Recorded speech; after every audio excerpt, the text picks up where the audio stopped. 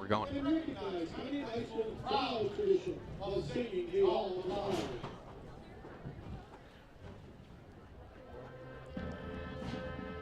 Whenever you're ready. Yeah, let's go.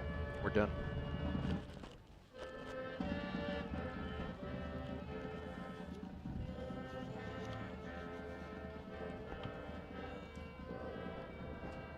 I did go to school here.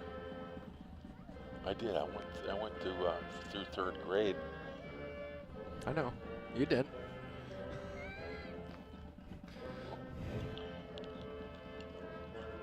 You're alumni.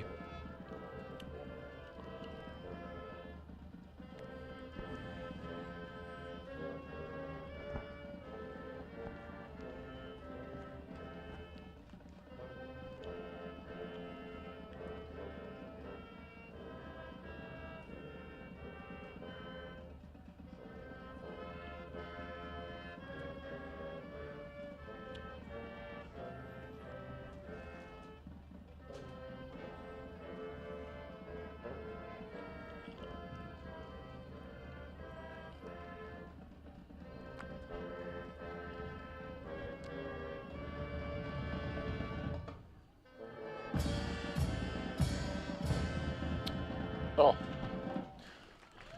Yes. That was beautiful. That was your Conneaut Spartans marching band playing the alma mater. Yeah. Oh, good. We're live. Did we run the opening billboard yet? No. We're going to start that and then the coaches show here. We'll do the opening billboard, folks, and we'll get back to the game here. We're live here at Joslyn Field, Riccardi Stadium, last regular season home game of the year.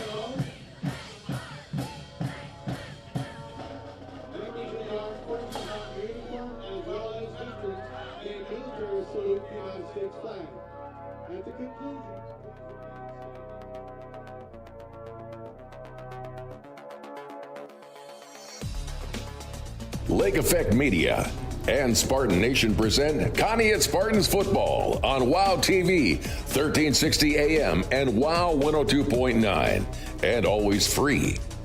Brought to you by your great Spartan sponsors.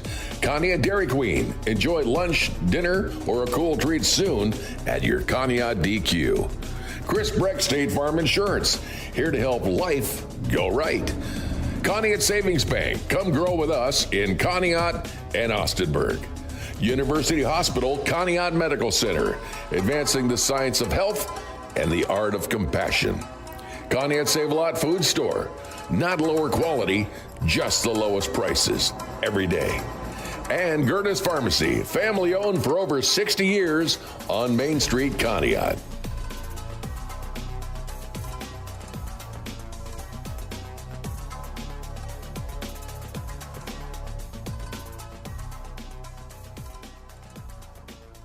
And as we're saying, we're live here at Joslyn Field, and we'll be back in a minute after we hit the coaches show, brought to you by Chris Breck State Farm Insurance. It's the Chris Breck State Farm Insurance Coaches Show. And with me, of course, Coach Rocco Dobrin. Coach, great to be with you.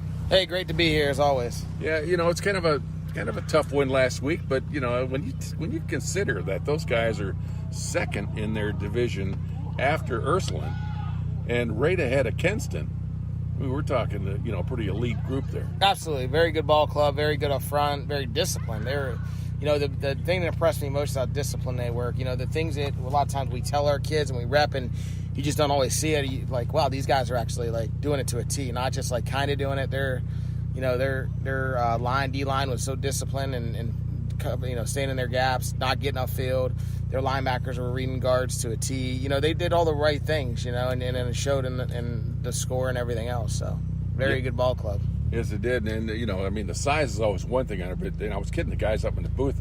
Even their small guys are big, Yeah, big team. Coached very well. They coached very well. And, it was obviously the toughest game, probably the toughest game we've had in 15 years. I mean, I don't know, I've been there, I've been 13 years. So in about 10 years, 10 to 12 years, it's probably the biggest loss we've had. And it always hurts. I think the lesson coming from it is, I think I felt out. We gave up 3 touchdowns at the end of the half. We wanted to score once or twice, which we didn't. Moving the ball a little bit, but not enough. So we want to make that a lot closer game. And I think at one point, the kids just kind of quit, which you never want to see and we don't see very often. And not to make excuses, but I think part of that is, part of that is that these kids have never been in that situation. They never just got the crap beat out of them. I know. So I don't think they knew how to respond other than just they felt defeated, early. And I think it was at the end of that second half where, hey, let's go score, let's go do something, and then, we punt it and they return it for a touchdown, and then, we go for it on fourth down, we don't get it, touchdown, and then fumble, touchdown. It was 3 touchdowns in 5 minutes or less, and I think they just felt defeated. So that's the lesson we got out of it. Hey, no matter what happens, keep fighting. So. Yeah, I know what you mean. I think the last time we were ever held scoreless as Spartans, and that was in 2020 against JFK, and that was a 6-0. We almost considered that a victory because they were having a heck of a year. Absolutely. They ended up going to the state championship that year. Yeah. And we got stopped on the 1 yard line. You know, so we were real close, and that was a hell of a game. And I know we took a couple years ago we took a tough loss to Wilmington. I think we had a kickoff return against our twos, and I think that was our only score. The first year we played Wilmington. Second year we played a little better. Was that the game down there, though, in Wilmington? No, the game in Wilmington we played a little better. The game up here the first year, I think it was, probably mid-30s or 40 to 7 or something, and not good, but you don't think of too many games where we just get blown out like that until, except for my first 2 years here. Then, the Genevas of old beat us like that, 60-0, and that was when we first were getting started, and year 1 and 2, and then we kind of turned things around a little bit, from there, and at least our kids just haven't seen it in a long time. Yeah, and that was going up against, even though they were a smaller school, that was going up against a wing tee that they put out there, and they were legendary for being a really good school, no matter who they were playing, how big they were, or whatever. Yeah, absolutely. Wilmington was just that way, and in fact, I remember the one game you took them out of their game plan. They put the wing tee away, and they started running a fullback up through the line, and the tailback was coming right after him. Yeah. And that was working, too, for yardage, for gains. Absolutely. But, I thought it was kind of a learning game, whatever, but if you look at where they're at elite-wise, being the fact that they were second in their region in District 3, there's not much more you can go up unless you schedule with Menor, or St. Ed's, or Ursuline, or somebody like that. They're a very good ball club, bigger school than us, and as you talk about Geneva, they're definitely a bigger school, and but they we got to play better, and that's you learn from it and you move on. I think our kids are going to move on. They're excited about this week, Edgewood, and I bet they are. One more thing about Geneva, I think that turning point was second quarter. I think they were up 13-0, I believe it was, right? And we were driving, had a chance to get the ball in and score a touchdown. That would have been a big deal for the guys, I think. Yeah, absolutely. And then that's when they came back and scored a touchdown right away when we turned it over. Yeah, well, the first time we moved the ball pretty good, and we got a loss down, or we got a loss, a minus play, and then next play, got a bogus delay of game, which I didn't feel was right. I think they kind of messed up that call. Yeah. And then we hit a boot pass, and we get 13 when we needed 15. Right. You know what I mean? Yeah. And if it wasn't for that delay of game, we hit that play. And and it was that kind of night for us. And it just wasn't going right. And it was it wasn't it was an honest mistake on the ref's part, in my opinion. But and the game's not going your way, and then then the little breaks don't go your way. Right. On top of that, it snowballs into a disaster. I think you and your coaches did everything you could to get the team ready for them, though. Well, thanks. We try, and as though it just is what it is. I guess, yes, right? yeah. But I'm thinking about, even with that loss, Coach, we're still, I think, in the ranker. I know you're not looking ahead for the playoffs, but we're 10th on the list right now. Yeah. And we had, mathematically, we still have potential to even get a home berth again for a playoff game, but we got a lot ahead of us here. Absolutely. The end of the year. That's why you got to take one game at a time. You can't get down on yourselves. You can't. We're gonna have 3 tough games the rest of the year, and any one of them we're gonna get a lot of points for. Yeah. They're all bigger schools. Yes. They're all bigger schools, and they're all got a couple wins. Yeah. One win against one of those bigger teams gave you a lot of points. Absolutely. Keep you in the playoff picture, whatever. Absolutely. So you just do whatever you can do. Yeah. But how about Edgewood? With Hall back there again, is it you're preparing the way you did last year against that passing game he has, or you think they're going to try something different, like running the ball on you? They come out running the ball in every game a little bit, just to keep you honest, but they want to pass. They want to throw. Now what they do is they throw a lot of quick screens, which are almost runs. Yeah. It's just, hey, let's get our guys on. Right. Like Hall will be in the backfield, for a series, and then the next thing you know, he's at receiver, and they're trying to get him screens. And but they got multiple weapons, so the quarterback can throw it like 60 yards. Yeah. So you got to respect that. No matter what, you got to respect that game. You got to respect the run game. You got to respect those quick screens. They really use the whole field, and this year they really have the talent to do that because they got some good running backs, the quarterback that go far. The Ernst kid is a great receiver, number 4. Yes. Number 11, I think his name's Carlos Hall.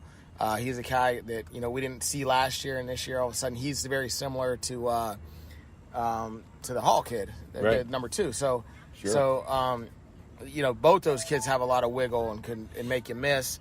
So they're just a very talented squad, and so we're gonna do our best to contain them, and then. Obviously, offensively, we gotta be able to hold on to the ball. We gotta be able to take a lot of clock. It's one of them games where we want to take the clock and score, and we're gonna need to do that to be successful. If we can keep putting the ball in their hands, they can go 3 downs in a row and not get a yard, and then throw a touchdown for 60 yards. You know what I mean? Like they have that capability. Yeah. So we gotta just contain them and hopefully allow them to cause their own mistakes.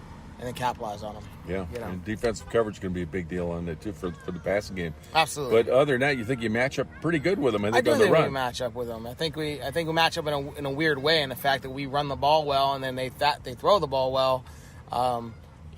It's because if we can just contain that throwing game and not give up the big play. Right. When you throw the ball, a lot of bad happens. A lot of times there's interceptions. A lot of times there's incomplete pass. Obviously, not a good thing. You have opportunities to sack the quarterback. Like there's a lot of things that could happen in a pass game if we can run the ball good on our side. Because then we take that out of our hands and hey, now we're getting chunks at a time. But it's got to work out how you want it to work out, obviously. Yeah. But I do like the matchup. I don't think you could strictly go by comparison and score to score. Just because their style, they're going to score more points. Our style, we're going to take more clock and score less points, but play defense. You know what I mean? Yeah. So sometimes I know kids want to be like, well, we beat Sugar Inn by 20, they beat them by 40, or Geneva beat us by 50, but they only beat them by 32, or and I'm like, that doesn't matter. None of that matters. Yeah. You got it, and it's a rivalry.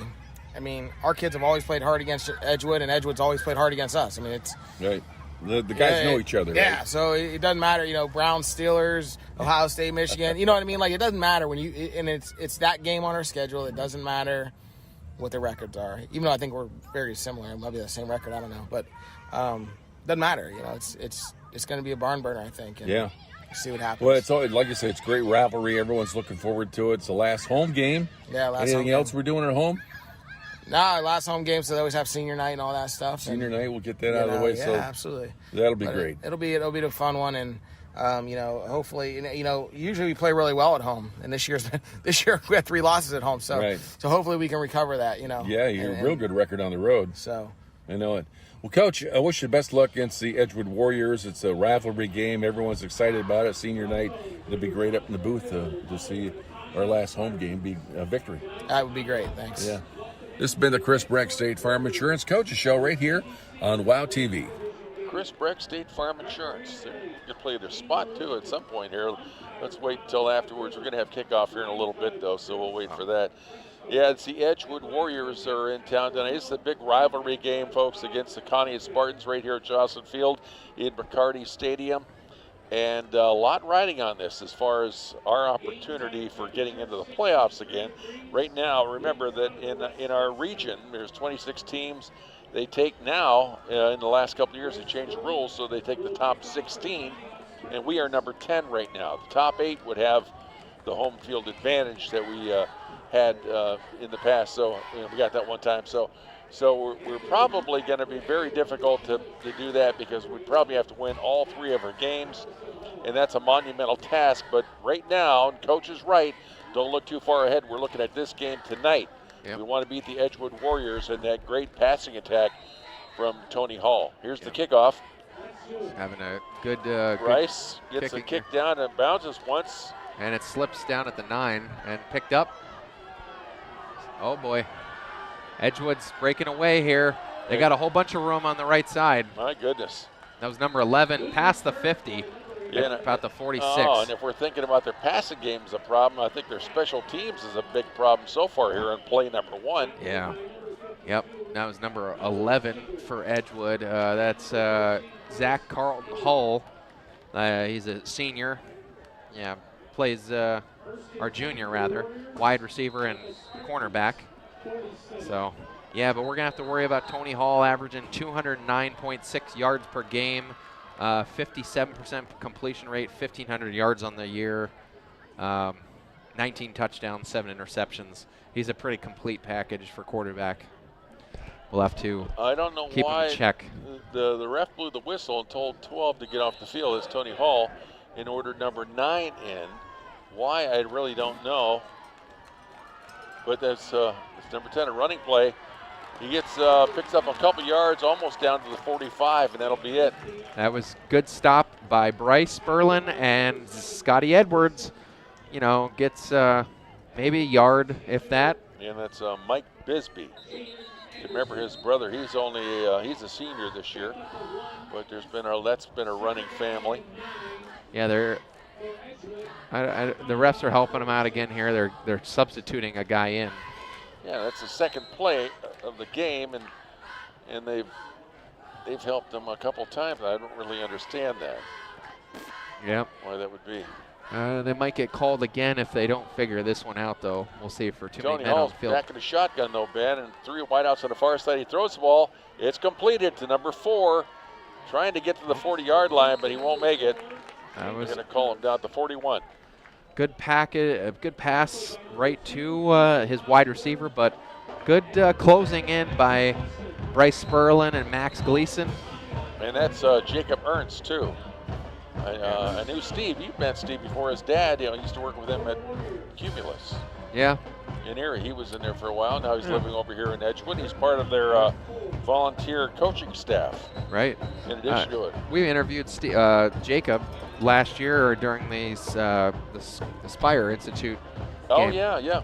Yeah, so he was one of the players we ended up calling up for that game against Hawken. Yeah, so. He's a leader of this Warrior team right now on touchdowns for the season. He has 6 under him on the entire season. Tony Hall calls an audible. I'm going to call a timeout, I guess, on the far side. There's a little bit of mix-up there. I don't know what it was. Tony Hall didn't like something that he saw. Yep. And you know who? Head coach Elijah One Cooper, former Conneaut Spartan assistant basketball coach. And last year, unfortunately for Conneaut, Elijah One Cooper really went, for a gutsy call at the end and went for 2 points on their last offensive play and ended up scoring to get the 2 points. And Conneaut got the ball back with less than a minute left to go downfield. And then they tried their best, but not enough time on the clock, so they couldn't get all the way down, so they lost that game. I want to say it's great to be back in the University Hospital County Medical Center broadcast booth. Remember, they're advancing the science of health and the art of compassion and have been doing that for over 100 years. Thanks to them for their great sponsorship here of not only the VIP seating area, but also the broadcast booth. Tony Hall's back again. They got wideouts on the near side. Hands it off. Oh. That's not going anywhere. That's Scotty Edwards. Scotty Edwards grabs him and wraps him up before he can do much with it. That was good ability by Conneaut. That one pass play for Edgewood went for about 5 or 6, but that was about it. And it's going to bring up a 4th and 4 for Edgewood. They may go for it.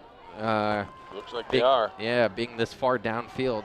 And you got to watch out for a quick slant pass here. And that's motion. That's number 2 over there, Ben. Nice stop. Gets him in the backfield, and he's down. He might call a late tackle on that.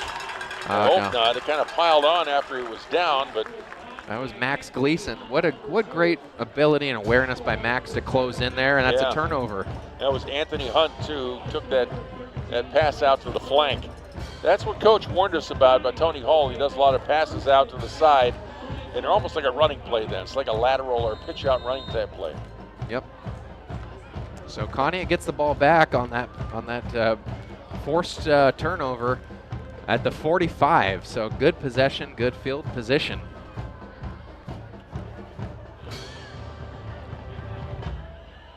Did some kind of a strange rotation here of the line and so forth. A lot of guys in the backfield. It doesn't look like 7 guys on the line of scrimmage.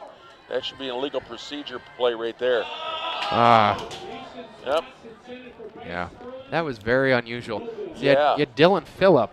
If you notice that, Dylan Phillip was out wide on the left. Yes, he was. And they tried to hit Bryce Sperlin down on a streak pass, but Max completely overthrew him. If he'd lighten up a little bit on that pass, he would have found him right at the seam, and he could have gone all the way. And Bryce is again out here on the near side, lined up as a split end. We got Thad Huya is lined up as well. Two flankers. Max is back.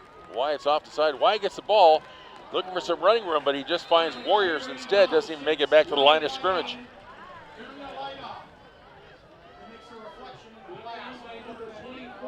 Yeah, and that'll bring up a third down after losing one, unfortunately, on that one. That was number 20 for Edgewood making the stop. That is Mike Ochoa. Yeah. So 3rd and 11. Conneaut, good call by Rocco, though, to start opening up the pass game. Last week we completely abandoned it. Max is keeping the ball. He's going to take off running. He throws it instead, completes it. Is that Thad Huya? Yep, that's Thad. His knee was down with the ball. They're trying to say it was a turnover, but his knee was down. Yeah, they're going to call it. And then they took it away. No, how are they marking this? They're calling it.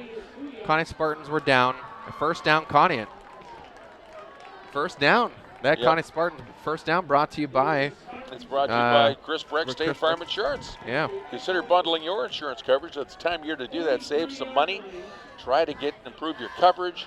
It's always good to reevaluate it. Give them a call, 593-1191. Chris Breck State Farm Insurance, here to help life go right. Max gets the ball, hands it off to Wyatt, going off the left tackle, battles his way to get all the way to the 39-yard line, just past the 40, I think. Unless they mark it on the 40. They mark it right at the 40, I think. Yeah, I think, yeah. Yeah. Hard-fought yardage, though. Yeah, like Wyatt. 3 yards, really hard fought. And going back to that last pass play with Max, that's something that I think Max can do as a quarterback better than anyone we've seen all year, is scrambling and extending plays with his legs. And he did that very well and found Thad Huya open for a first down. That was really exceptional. He takes off up the middle. Wyatt, it was a fake handoff to Wyatt. And Max tried to do a keeper up the middle again, but it didn't fool too many Warriors. It's going to bring up a third down and 5. Spartans are on a roll here, but they've got to keep this drive going. Yep. Yeah, 3rd and 5. You do not want to stall it out here, although you probably, at this field position, you probably have 2 tries to get that first down. So far, it does seem like what Coach was talking about when we had that conversation, that it is kind of an evenly matched battle so far, as long as we keep the pressure on Tony Hall. There's a running play from White. He's off to the races, down to the 15, and finally tackled inside the 10, Ben. Called the 7-yard line. Yeah, great up the middle run by Wyatt Payne. I mean, he just completely took off there with great speed and great blocking up front. I got to give a lot of credit that left side. Ryan Turner and Jaden Anderson and Scotty Edwards just really opened that hole wide up there for that draw up the middle. First and goal for the Spartans. Big gain there from Wyatt. Yeah, pick up 35 yards, I'd say. Exactly what we needed to at that time. There's Wyatt again. No, it's a keeper from Max this time. Yep. Into the end zone. It's a good fake handoff. Touchdown, Conneaut Spartans. That was great play again, and Max is going to be hard for this Edgewood team to completely contain. But we knew that this Conneaut team could score. It's just a matter of how defensively we're going to hold this Edgewood Warrior offense. You know, that touchdown brought to you by your Conneaut Dairy Queen. Featured blizzard for October. It's not very scary for October.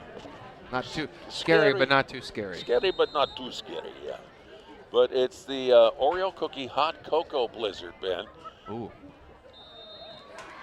Nice ice cream. I missed it. I missed it wide right. Yeah. Well, yeah. See if that matters at the end of the game at all. Remember, at Dairy Queen, they'll stop by and get something from the Brazier Grill, also for lunch or dinner, whatever you're doing. They have a nice dining room. I don't know if people have gotten in there to enjoy it. It's really one of the nicer dining rooms around town, I think. It's got nice windows all around it where you can enjoy yourself and look outside and enjoy one of their great burgers. They got those signature Stackhouse burgers. Those are terrific. Where they got chicken, all kinds of things from their menu. You can enjoy yourself. Yep. Keith's always been really good to us up here as well, so we love complimenting them anytime we can.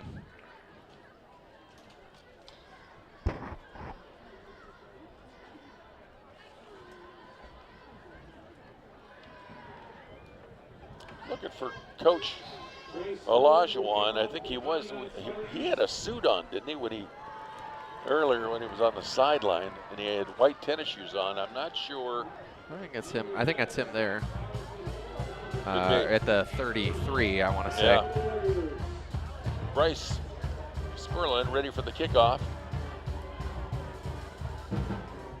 Spartans are really lined up on the near side of the field. There's really nobody past the far side hash mark. And it bounces about at the 12-yard line, picks it up, and he's running again. Looks like a similar type of pattern he's going for, but he's caught and buried at the 25. Yep, and a nice gang tackle by Conneaut. A mess of people. Brady Vera, Bradley Agnew, and Ty Koval was the final finishing touch on that tackle. And that was Zach Carlton Hall. He has the, I think it is the most catches for a receiver this year for the Warriors. Yeah, I got their stats here. I mean, Tony Hall's pretty much distributed completely out amongst all his guys. Yeah.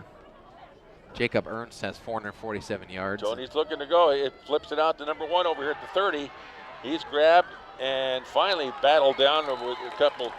I know they're going to call on that one, unless somebody tried to hold somebody, but I didn't think they did. I think there's a flag down as well. Yeah, there is a flag. That's what I'm looking at. I was trying to see what might have happened wrong, but I mean, the initial tackle, we can look at that in instant replay. It looked like it was around the neck, but I didn't see anything illegal. Other than that, I don't know what happened. Yeah. Going to signal it. It's 1st and 10, though, definitely with that flag. Tony Hall back in the shotgun, gets the ball. He's going back, looking to throw it again. That's over on the far side, almost picked off. Ethan Osborne. Ethan Osborne is going to punish himself for that one, to hit him right in the arms. Yeah, I think on that left shoulder bicep there. And he was gone for a touchdown. I think he would have easily had that one if he just jumped at it. He saw it too. He saw that pass. Yeah. He watched Tony Hall's eyes, and he jumped at that pass, and he could have picked it off if it hit him right in the chest. Especially someone who's a receiver like him too. Yeah. I think that guy should not be missing that pass. Gotta be honest though, Tony Hall has a lot of velocity on his passes, so he does. It's hard for probably anybody to catch, especially someone not trained with those types of passes. He pushes the receiver out across the middle. It's number 11 again. They're going to say grabbed him by the head. Oh, yep. That wasn't flags everywhere. It wasn't I don't know what they're calling about that. It wasn't a face mask. Every single ref threw in on that one though, so yeah. Probably some type of horse collar. Yeah, and he grabbed him, I think, by the helmet, by the lower side of the helmet. Yep. That one doesn't help whatsoever. That's unsportsmanlike conduct, I think. 15 yards? I didn't think it was a face mask, but I guess it was. I thought he got him by the collar. Where's the call, though? There's no signal. He called it. He did a face mask. Oh, did he? Okay. Yeah. I didn't think it was a face mask, but we'll have to look at that one, too. There's Carlton Hall again, trying to find some running room. Doesn't find any. And almost maybe picks up a yard, it looks like, and that's about it. They'll bring up 2nd down and 9. Yeah, they're going outside with every single run play, and they got speed, but we're closing out on them. Well, coach, pretty good. Coach got to tell these guys they got to stop the penalties, because these guys don't need any help at all. This drive is good because of the officials. There's the handoff. But Hall's keeping it. Hall's trying to run it out, and it's close to a 1st down. Oh man! And there's a flag again. flag gets thrown at the very end of the play when they were going out of bounds. That's against, that's against Edgewood this time. Maybe, yeah. I don't know if he said something or what. I don't know what happened over there. Yep. Kind of had a little bit of a glare on my glasses from the lights over there. I mean, I don't know. It was Tony Hall against, I want to say it was Bradney Agnew, but I'm not sure. He had the first down. It was on the Edgewood sideline. Yep. Yeah, it's on Edgewood. We'll look at that in instant replay too and see what we can find out about that. It's a personal foul and sportsmanlike conduct against Tony Hall. So that's that 15 yards that we gave him, we're getting it back. Yeah, negates that part of it out. But they bring it back and make it so it's 1st and 10. I don't know why they moved the markers. Yeah, I'm totally lost now. So it should be like 2nd and 15 or something like that. Tony Hall is back. He's going to throw it long downfield. He's got to get some pressure on him. Takes off running. There's a flag in the middle. It might have been holding. Tony Hall was taking a lot of extra time. They might have said that was a hit out when he was out of bounds. Wasn't much of a hit. That was Ty Colville, I think.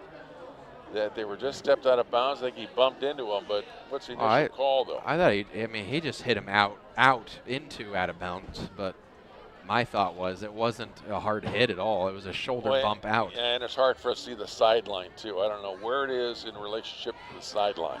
Yeah. From this point. And the refs have been very busy so far this game. There was a first flag thrown, probably holding against Edgewood. It is. And then another one against Conneaut, and they're offsetting. Penalties. Repeat first down. I think it's time for a timeout. Maybe not. Yeah. They're going to settle this thing down a little bit. Yeah, so, yeah, right, exactly. Spartans are playing good football, but they can't be making mistakes at all. He's moving the ball back to the line of scrimmage, okay. Right. Makes I sense. still disagree. I don't, like you said, I don't know where the out-of-bounds line was, but that did not seem like a flagrant hit with Ty Koval. 3 wideouts on the near side. Tony Hall flips it out to number 4. He's taking off running. Gets across the 35 down to the 30. Number 4. That's Jacob Ernst. There you go. Yeah, a few players tumbled there, and it was Bryce Sperlin was one of them. I don't know if they're going to call anything on that or not, but that moved the ball a little bit. They need to get a couple plays without a penalty here. That's really all it is. You know, Ben, once we get the pylon camera in the end zone, we'll be able to see the sideline a lot better. Right. Pylon camera. Pylon camera. We're still working on that. With your guys' help, we're going to save up for that excellent pylon camera. Almost offsides, but it didn't go that way. Tony Hall pushes forward to get that first down, and they got it. They got it. They only needed about 2.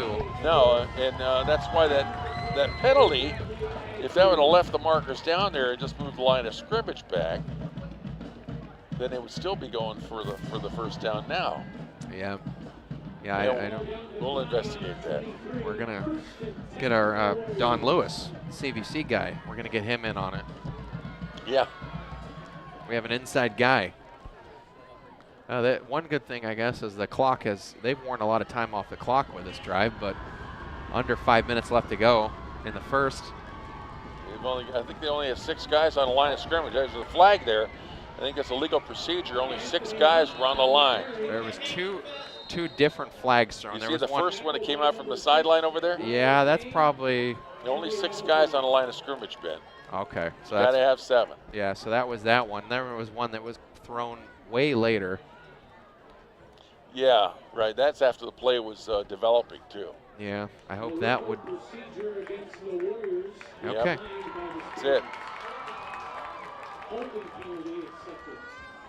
And a hold too. It was the second one, so they're taking that. Still first down. And a lot of penalties so far early Hall in the game. is back, looking to throw. He's trying to find a receiver. Well covered though. He lets it go anyway. He's in the end zone, but it's overthrown. Yeah, he threw it. He could have been open too. If it would have been a little underthrown, it would have been a battle for the ball between him and Max, who was back there in man-to-man coverage. Yeah, well, good thing it wasn't. Yeah, there was Wyatt Payne was back there too, playing deep, but Yeah, Tony Hall just way overthrew it, almost all the way back to the tool shed back there. Great coverage on the receivers. I mean, our defensive backfield is really doing a nice job here. Hopefully they can keep this up all night because they're going to have to with this guy back in the pocket. Well, a lot of pressure on him. He flips it across the middle, gets it there. That's another penalty too. That's Jacob Ernst again, isn't it? Yep. Another penalty was thrown from the backfield. Could have been holding on. As soon as the ball was thrown, it was. Yeah. You see, he was under pressure and he was back there a long time. That's what they're calling. Yep, another one against the Warriors. So, I mean, seemed like it was originally targeted against Conneaut in the early going, but now it's been consecutive Warrior penalties. And holding is a 5-yard penalty? Yeah. Yep. That's replay, second down. It's going to be like a 2nd and 25 or something like that. 27. Ball's at the 37. Ball is back. There's a flag that comes out. They're going to call illegal offsides. Oh, Spartans. Yep, that was a Spartan offside. They had to have lined up offsides, Ben. Yeah, that wasn't good. We still got 27 yards to give them here, but you know, we're at an angle now since we're back here around the 50, but they're downfield a bit, but they could have been lined up in the neutral zone. Either way, that brings up 2nd down. Seems like this drive's been going on forever, and I don't think they've had a 3rd down yet. Right. It's been 1st down, 2nd down, offsetting 1st down call on the penalty. There's the ball still at the 32, and it's a 2nd and 17 upcoming. Tony Hall back. He's got 4 wideouts out there. He dumps it off to number 0, and he's got some running room up the middle, puts a little move on there, but the Spartans drag him down, but not until he gets almost to the 20-yard line, Ben. Yeah, and they're trying to get to about the 13 maybe to get that 1st down. So they got quite a bit on this little dump-off pass. Really, Conneaut's not closing in that one last play. They were close. There's a pass across on a reverse type of run, and that's Jacob Ernst again, I think. No, it's isn't it? No, it's little guy. It's a 1st down for Edgewood. Oh, it's number 2. Yeah, it's Ben Carlton. Or Anthony Hunt. Anthony Hunt. So you get a lot of guys that go to here. They tend to spread it around, so there's not one guy in the backfield that you're going to key on all night because there's going to be a lot of people receiving and running. Ball's at like the 1 or 2. Hall's looking to run it into the end zone. Hits the line hard. And it's a touchdown. 6 points for the Edgewood Warriors. Yeah, really took a long time, but they made it, and they made it worth their while. Man, oh man, that was only 3 minutes here left in the 1st quarter. It was a very bizarre first drive for Edgewood. So I tell you, I think it's a lot tougher, closer game than anyone would have thought, including Steve Grant. Yep, and that's, so far in the early going, the kick's good, so Edgewood gets that 1-point lead. But with 3:02 left to go in the first, it's 7-6 Edgewood. Yeah, and Conneaut, you know, which I was kind of talking about it with Chuck and Steve before the game. And I think it makes some sense that Conneaut's going to be able to move the ball in this game better than they did last week. You know, and they did so far. They scored a touchdown on their first drive, but Edgewood, despite all the penalties, they still made it work. They didn't really face any tough 4th downs or anything like that. So. Yeah, you're right. And Geneva, we got to slough that one off because they're really, once we look at them closer and closer, they're a very elite team.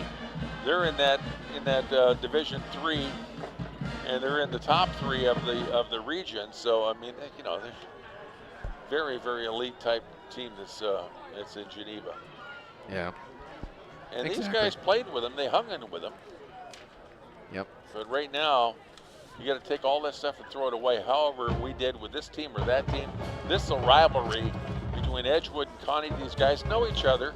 They're neighbors in many cases. A lot of them live very close to each other. They know each other.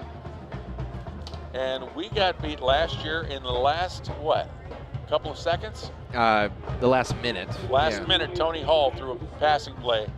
and beat us. And I tell you, the Spartans would love nothing more than return that favor. Here's the kick. It's caught at the 10-yard line. He runs it up he cuts inside. He's got some running room on the far side of the field. One person to beat, he beats him. Onto the outside, to the 20, the 10. Touchdown, Conneaut Spartans. That's Wyatt Payne. That was a 90 or 85-yard kicking return.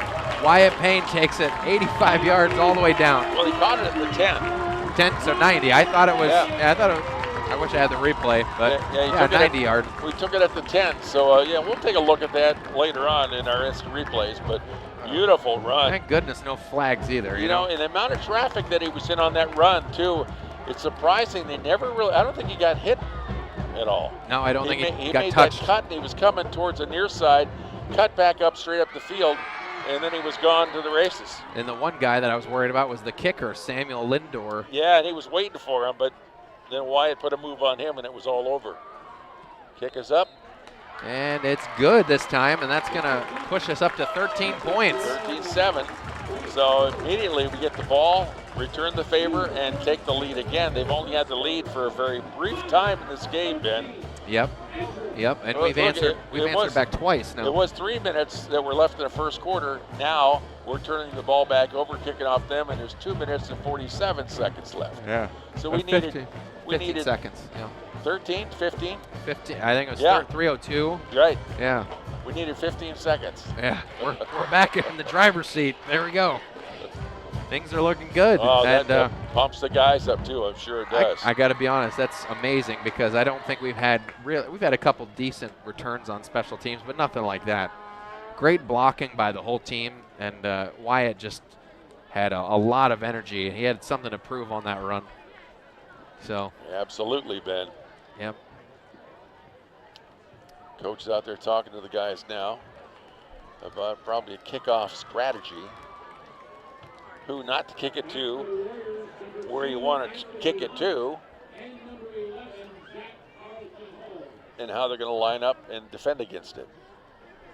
They have been trying to kick it to the near side of the field, down close to the sideline, and they were kind of successful at that. See if Rice, what he does this time.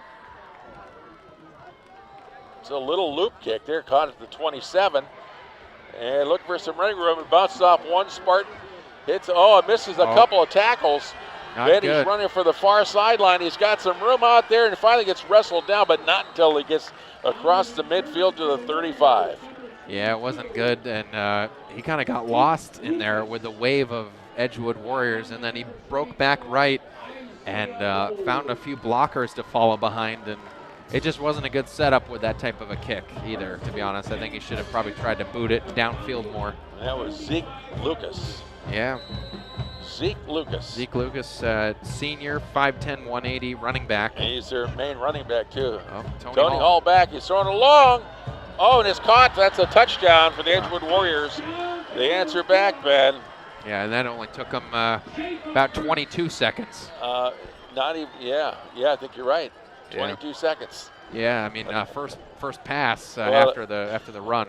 If we can keep this up, you don't know what the score is going to be. We'll have to do the math on that. Yeah, I mean that's got to be tough for Conneaut too.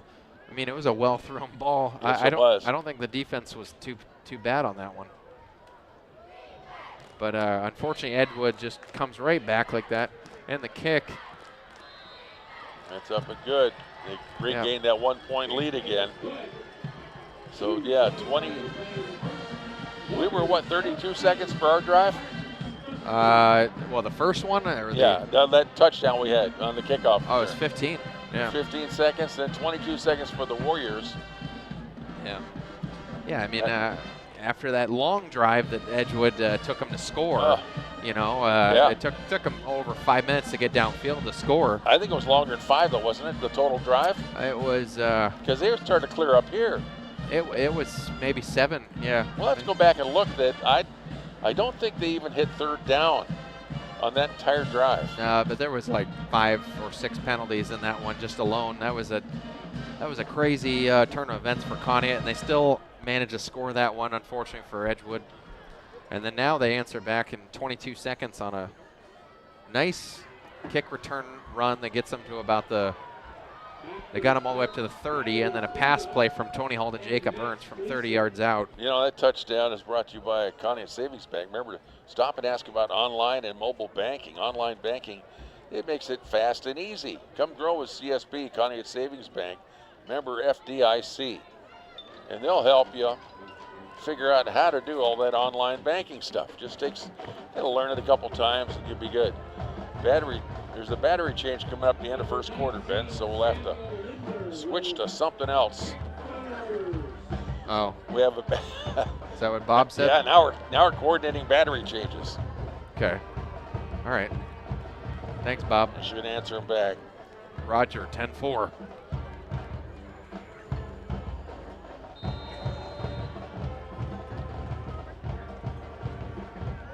Yeah, so we'll see, but they're probably going to try to keep it away from Wyatt Payne this kick, no doubt.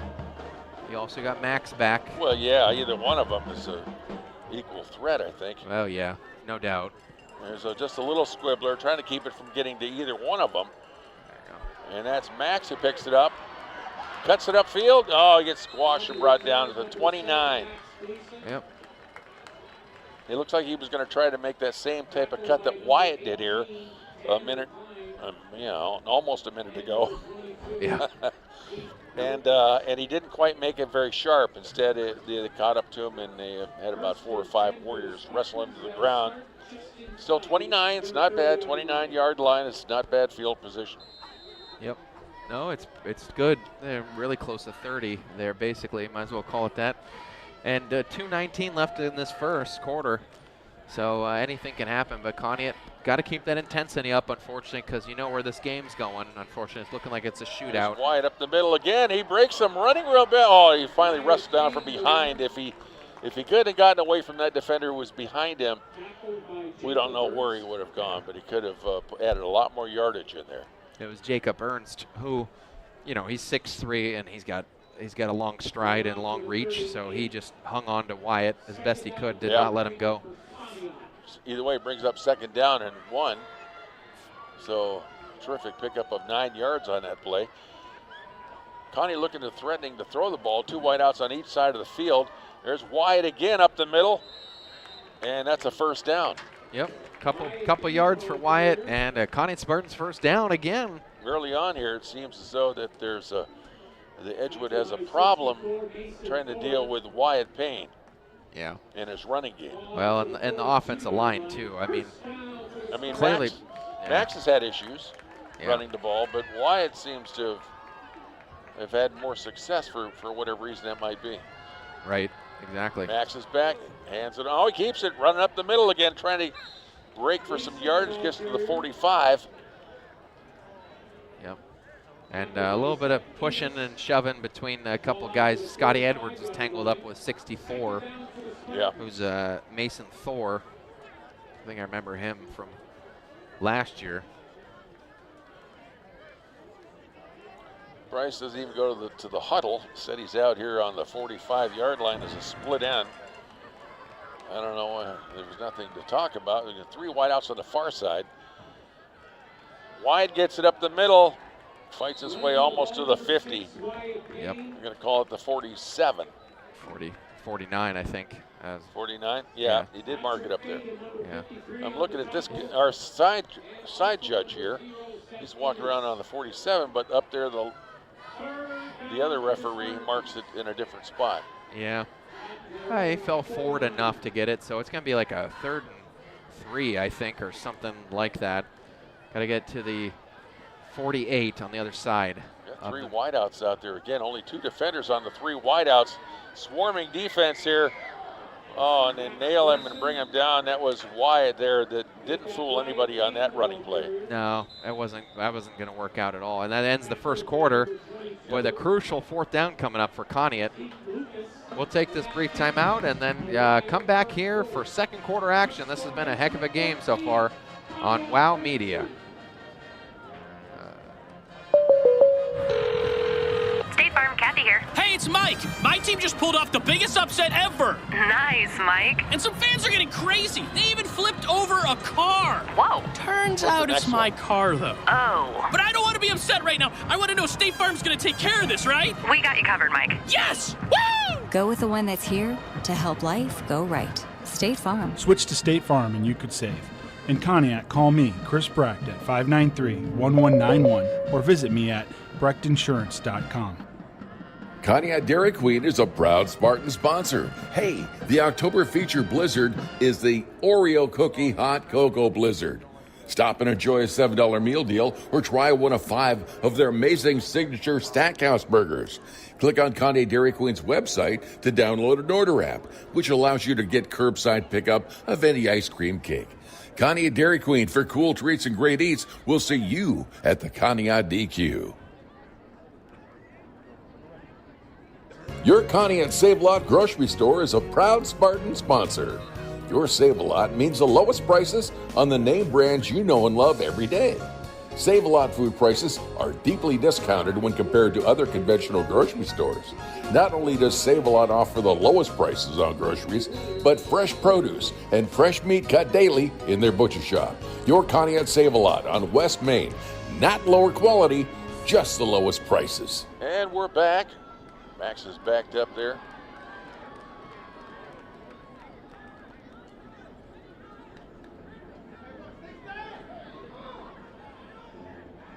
Oh, Bryce is back. I think he was going to be quarterback. But he backs up, takes the snap, and punts it. It goes out of bounds. It didn't even hit bounds. I think they're going to call that about the 30-yard line, or they're marking that at the 26. 20, But it looked like it hit out of bounds. I could be wrong. Maybe I can't see the sideline. they're calling it about the 28, I guess. Bryce, I got to be honest, Bryce last week had some trouble kicking it, and this week it seems like it's continuing on, hitting off the side of the foot and going out right instead of kicking it downfield. See, you do want to hit off the side of your foot, but you want your body to be turned towards this sideline if he's a right-footed person. Yeah. To get it to go down the middle of the field or wherever you want it to. Right, instead of being shoulder parallel with the end zone. Yeah. Yep. Warriors got it again. There's a running play. Oh, somebody grabbed him there. Let me see who that was. Had him by the jersey. That was Jalen. I think Jalen had it by the jersey there, I think it was. Yeah, and a good stop. I mean, they got about 3 on that one, surprisingly. But Jalen grabbed onto his jersey. Thing stretched out about 4 or 5 feet, I think. Pass play out to the far sideline. Oh, nailed. Excellent defense here by Max. Oh, my goodness. Max Gleason has not been fooled so far on the screen passes, and he took down Zach Carlton Hull again. He got hit pretty hard. Yeah, and he's a quick, crafty little runner, too, and Max just kind of, as soon as he got the ball and turned upfield, Max hit him right down low and dropped him.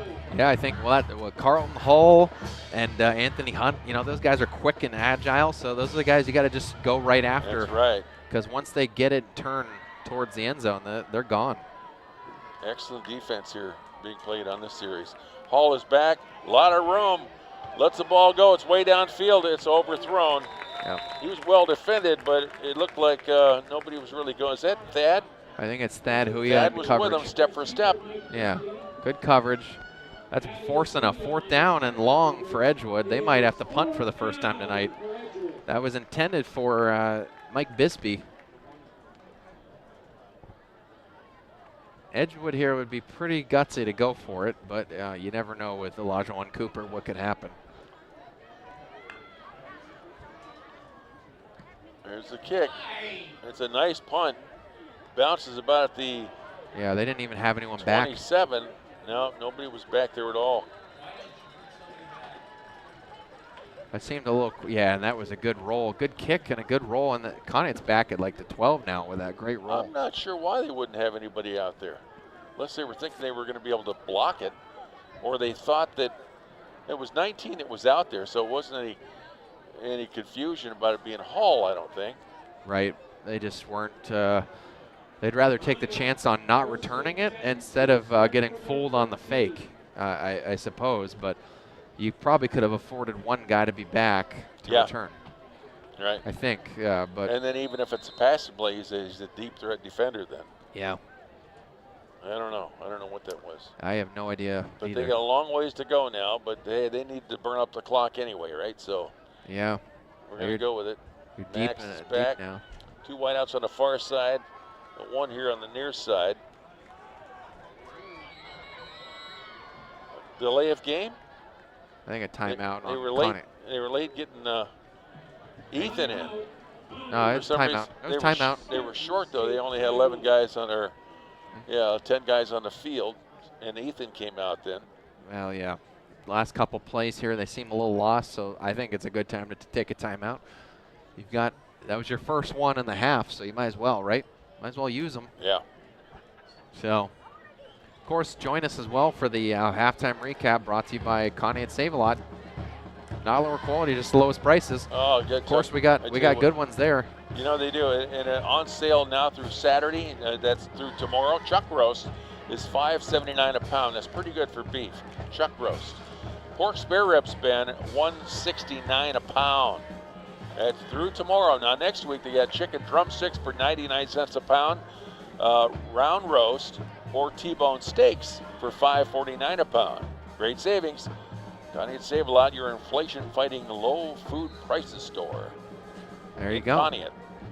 And that means if you're anybody's out there in West County across the line or something like that, you don't want to drive all the way in Erie to Save-A-Lot or one of the other stores in here. Come over here to Ohio, where it's a more casual pace that you can do your shopping. Well, Bryce is getting the snap, and he's throwing over the middle. And it completes it. Oh, it looks like he had it.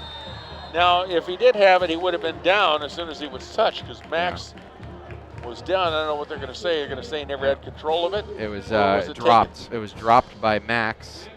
He had to slide to try to receive that. Yeah, I don't think Max even had it, and then kind of fumbled it on a bounce, and then it somehow rolled up into Anthony Hall's arms, which isn't good. But yeah, that was. In order to see that too, we'd have to be like zoomed in there with a boom. Yeah. A boom camera. Right. You're gonna big time zoom. Bob, turn the zoom up. Yeah. There's a running play. There's nobody over here. He's got room on the outside. On the inside, he's around the corner. He can beat him. Oh, he doesn't though. That's Carlton Hall who runs him down. Yep. Wyatt Payne, big time run. Just followed the blocker downfield. That was Dylan Phillip with the block head there, and great run upfield. Oh, yeah, that was Anthony Hunt. I'm sorry. I'm giving the credit to the wrong guy. Anthony Hunt is the one who ran him down, and that's quite a feat in itself. That's what Conneaut needed to get out from deep in their territory. So great awareness, and Wyatt Payne looks like a patient runner when he needs to be, but also has the speed when he has to be quick. You know. Wyatt's back. He takes off running. It looks like go up the middle, but he's caught. Grabbed him by the legs. That's number 0 who catches him, Ben. Yeah. That's Enos. Seth Enos. Yeah. It's been one of the big running backs for Edgewood when they've needed them, but they haven't really needed running backs all year, so not for much. It was a 1-yard pickup. Yeah, I think they brought in. That was with Isaiah Bowles. I think he was the lead blocker, the fullback for Wyatt on that running play. Fake handoff, and you're catching him from behind all the time. Yeah, that was Enos again. Seth Enos just got in there and actually slowed up Max, who actually really lost about a half a yard, I'd say. Boy, they've got his number for some reason. I'm not sure what that is, but they seem to be keying on Max very, very well. Yeah, Enos playing middle linebacker has been really trying to contain in between the tackles. Those guys, Ernst as well. So everything we've picked up on the ground has been outside the tackles, and that's why Wyatt's been so effective. Yeah, there's some confusion there. Coach wants to talk about it. He brings them over. It's Wyatt and Max are talking to Coach Rocco. They're discussing something here about the alignment or the layout, whatever. Execution of the play, whatever that was, I don't know. Right. 8:32 to go here, though, in the first half. 14-13. Edgewood is up in this one by 1 point. But the Spartans are driving. And this is an opportune time to do that, too, as well. As it would be nice to close out the first half with another score. Yeah. Take it to 20-14 would be terrific. I know. I mean, and you worry, too, if you don't, whether you score or not, you probably give the ball back to Edgewood with probably five minutes or so. Yeah. And that's probably plenty of time for them to go downfield and put more points on the board if you can't stop them. So. With that stop on Max, too, that's 3rd down and 9. So they're going to have a long running play or put it in the air this time. Yep. 2 wideouts on the far side.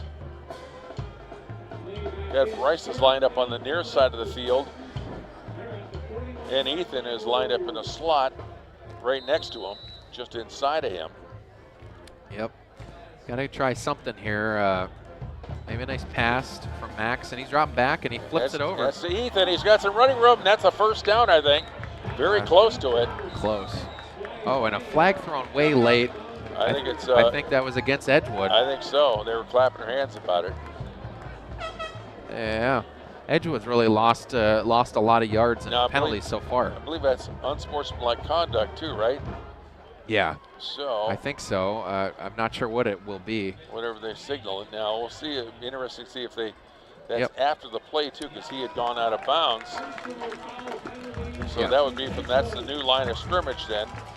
So they'll mark it off from there. I think it might not have been a first down by itself, but with the penalty, we're moving it up 15 from there. So it's going to be. Yeah, it's real close to first down. Yeah, real close. I didn't know where his foot went out exactly, but it looked like he was to the 25 anyway. Yeah, so we're at the 20 now, and that's a Conneaut Spartans first down. There you go. Brought to you by Conneaut Savings Bank.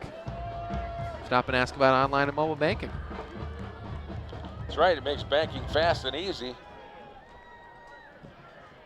And a running play, that's Wyatt going on the inside. He kind of gets across one defender and eventually out of bounds. I think he picked up maybe, one? Yeah. One or two? A few, but there was some type of a penalty. Spartans hold, though. It might have been Ethan Osborne on the block inside. I'm not sure what they're calling, but unfortunately, they call it, and it's backing it up. Replay, first down, though. Okay, that's back against us again. That's still first down. And I'll say, 16? Where does he get this stuff? I don't know. I'm not sure.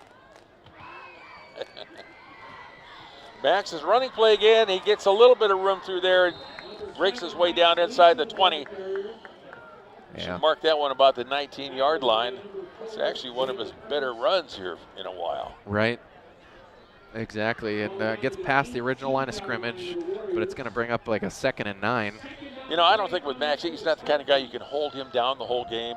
They're doing a good job on him so far, but he's the kind of guy that's going to break out at some point. I think, especially in this matchup with Spartans versus Warriors. Yeah. For Conneaut, that's something to look forward to.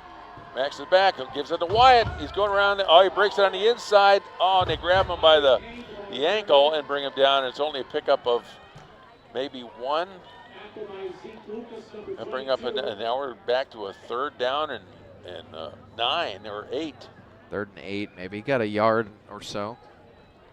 But that's a long 3rd down. But Conneaut's not really had any problems getting chunk yardage tonight. Well, yeah, we're going to see here if we I don't know if we want to try to put Bryce in there, try another kick if we can't do anything on this down or not. Oh yeah, if you don't get it here, I think you've done it before. Maybe you go for that 3 points to take the lead, right? Yeah. Or you have 2 downs, get it in the end zone. That's Max rolling out, looking to throw it. He's going to take off running instead. Nice move, but they grab him by the ankle again. Oh, it's He's close. almost to the first down, though. Yep. Who was that? Was that Hunt again, Anthony Hunt? I think it was number 5. If Hunter Bratt. I'm not positive. He's over there on the far side right now, kind of coming this way. It's like a 4th and 1. You're going for, I say you go for it here. I mean, you have yeah, to. Yeah. You don't even bother kicking. So. Right. This is ordinarily one where you want to have the big fullback you give it to, but you're going to see. It's going to be wide up the middle. Yes, it is. He gets it. First down. Wide Payne. First and goal, Ben. You got probably about 3 on that one. So good. Conneaut Spartans first down, a big clutch first down too, right? Tremendous first down. Very exciting game here. First half has been full of excitement. Been kind of unusual, but it's been a really good matchup between these two teams. And Connie has been playing very, very well. And what's key too, I think you're running the clock down, not giving Edgewood a lot of time back. 4 wideouts out there. And Max keeps it, goes up the middle, but there's 3 Warriors on him in no time at all. Yeah. I think you just gotta. I mean, he got 3 on that one somehow. Is that third down? No, it's second down. Yeah, second and he's got third down marked over there. Yeah, that was the first play after the first down, so we're gonna have to make sure that he's corrected. Yeah, he changed it. Yeah. So it's second and goal. That's Ball's at about the 7. Just cannot turn the ball over here. Max gives it to Wyatt. Wyatt looking for a seam to get through there. He breaks it down. He's probably down to about the 2 or the 3. That's very close. Now it will be third down. Yeah, third at the 3. Okay. So we're gonna. I didn't think he got that far, but that's pretty impressive. Yeah, for he was him. inside the 5. But who's going to talk about this? I think that's Olajuwon wants to talk about this for the Edgewood Warriors. Not sure what to do about these Conneaut Spartans. They're driving. He knows that they're right on the door, knocking on the door for 7 points, hopefully. Right. 6 or 7. I mean, this is personal for Conneaut. It's at home, too. Yep. This is a big deal for them against deal. the former coach of your basketball team. That's right. Comes into town and wants to win again here in Conneaut. And they're on a roll, too, this year, or they sort of were on a roll for a long time. They've run into some bigger teams, some really highly competitive teams that didn't do as well as what they have liked against them. Right. But, I mean, they battled Madison down, to overtime win. Right. And there was a chance they could have won that game, too. They could have had the winning field goal at the end of regulation. Yeah. And it was wide left. Man, oh, man. I guess, and Madison's unreal this year, so. Yeah. And, I mean, Conneaut, we were having a great season so far. We were 4-2, and then last week we got gut punched, unfortunately, by Geneva. But, we know how they are. There's no need to really explain that. That's what I was saying. The more you look at that and see that they're in the elite team of Ursuline, Geneva, and Kenston, those 3 are the top 3 in their region. That's an elite group that you can only hope to do have any success against them. Max keeps it, looking for the running play in. He fights his way. He's in for a touchdown. Touchdown, Conneaut Spartans. Max Gleason, Ben. You couldn't hold him down for long, right? Oh, boy. That's a good blocking on that play.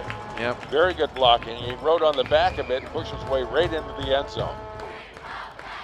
Yeah, that's big for Conneaut. Just trying to get points here before the end of the half, I'm sorry, I'm adding an extra one for no reason. Wait, you going to 20 already? Yeah, I went to 20. Oh. Calm down now. We got to see how this one goes. Yeah. Since Bryce is 1 for 2. See, Bryce probably saw that 22, and now the pressure's on him. 2 for 3, rather. Yeah. Snap is back down. It's up, and it's good, Ben. You can add that 20 now. All right. And 2 for 3 so far, Bryce is. Ours too. Yeah, good. That's wonderful. Okay. How you doing?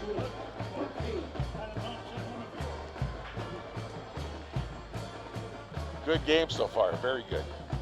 20-14 this one, 4 minutes and 42 seconds left in the first half. Just an incredible game here so far. I want to remind everyone too that your University Hospital Conneaut Medical Center, we're up here in the broadcast booth. Thanks to them for sponsoring that, as well as sponsoring the VIP seating and all the other things that hospital does for us here in our wonderful community here. And remember, they're advancing the science of health all the time. That's their mission statement. their marketing statement. It's what they mean to do each and every day. And the art of compassion also, doing it in a very healthy, humane, and friendly way. And they've been doing that for over 100 years, even in that hospital now. I think about that. It sounds like a long time, but I was born in that hospital 65 years ago. Yeah. That sounds like a long time. It was a little bit ago, but it's always been there. Yeah, that was a fairly new hospital then. Yeah, Brown Memorial. Yeah. Yeah, and thank you everyone for watching us on WOW TV today. A couple of fans. Yeah, I'm sorry we couldn't have it on the radio as well, but we had staffing issues, and this is all we could do. There's the kick. It's a straight squibbler kick picked up at the 27-yard line, and he's all the way out to midfield, and he's still running. He hasn't been tackled yet. Still trying. Yeah. Finally forced down Gang at the tackle. 46-yard, and they're going to probably call forward progress on that around the 47, looks like. There's a little bit there between 52 and number 11. So a little bit of scuffle there on the pile. Carl Hall, who's been big for us, big for them, and Noah Sigley was out there, and I think Coach Lips pulled him out, just sat him down.